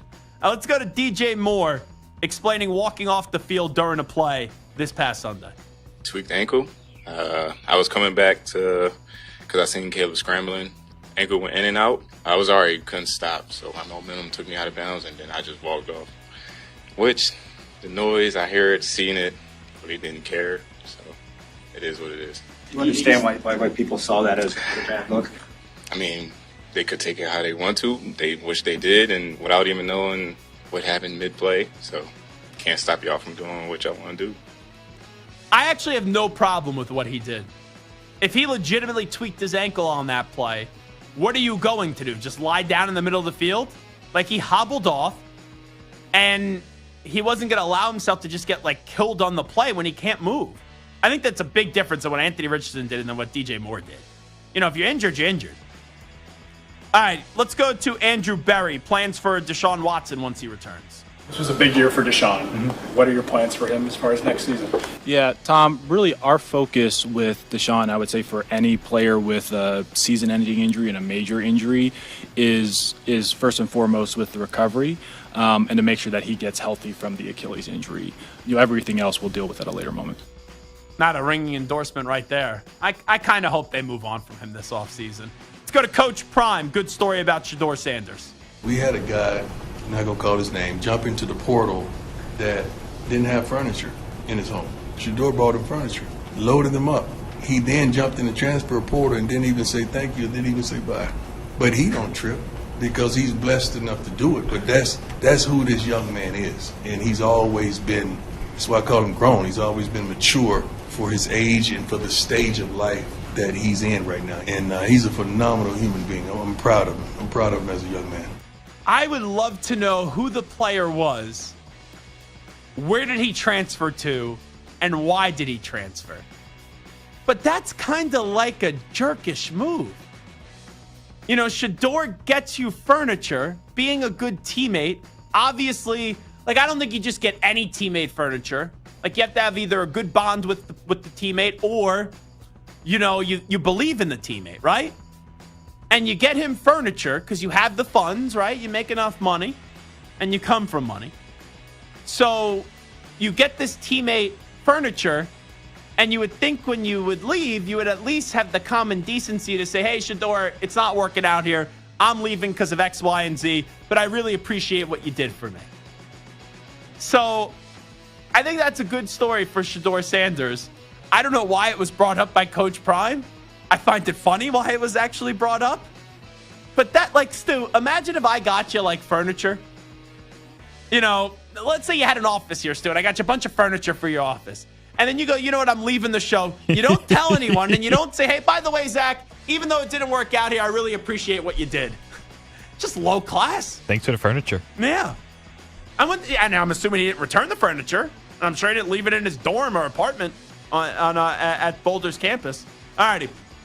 That will do it for the news brief, and that will do it for the Zach Gelb Show on this Wednesday. We will be back tomorrow, do a little paper shredder Thursday. We will also revisit my awards that I gave out before the season and how I did predict that the awards would be given out for the NFL. We'll see if I'll change any of those and maybe keep some of those picks the same and then change some of those picks. Super Bowl pick, MVP, Offensive Rookie of the Year, Defensive Rookie of the Year, Offensive Player of the Year, Defensive Player of the Year, all that jazz. Coach of the Year, we'll go through that. And good job out of Stu today. Good job out of Samter. Big thanks to Braden Fiske from the Rams for stopping on by, and Ryan Hot Take Hickey for joining us in studio as well. It's always a tough get. Big tough get for us right here on the Infinity Sports Network. We will talk to you mañana, everybody. Thanks for listening. Thanks for tuning in. Thanks for watching. You could always give me a follow on Twitter, Instagram, at Zach Gelb. If you don't do so, make sure you do so right now. ZACHGELB. And we will talk mañana right at 3 p.m. Eastern, noon Pacific time. Have a great Wednesday evening. We out. Bye-bye. Peace.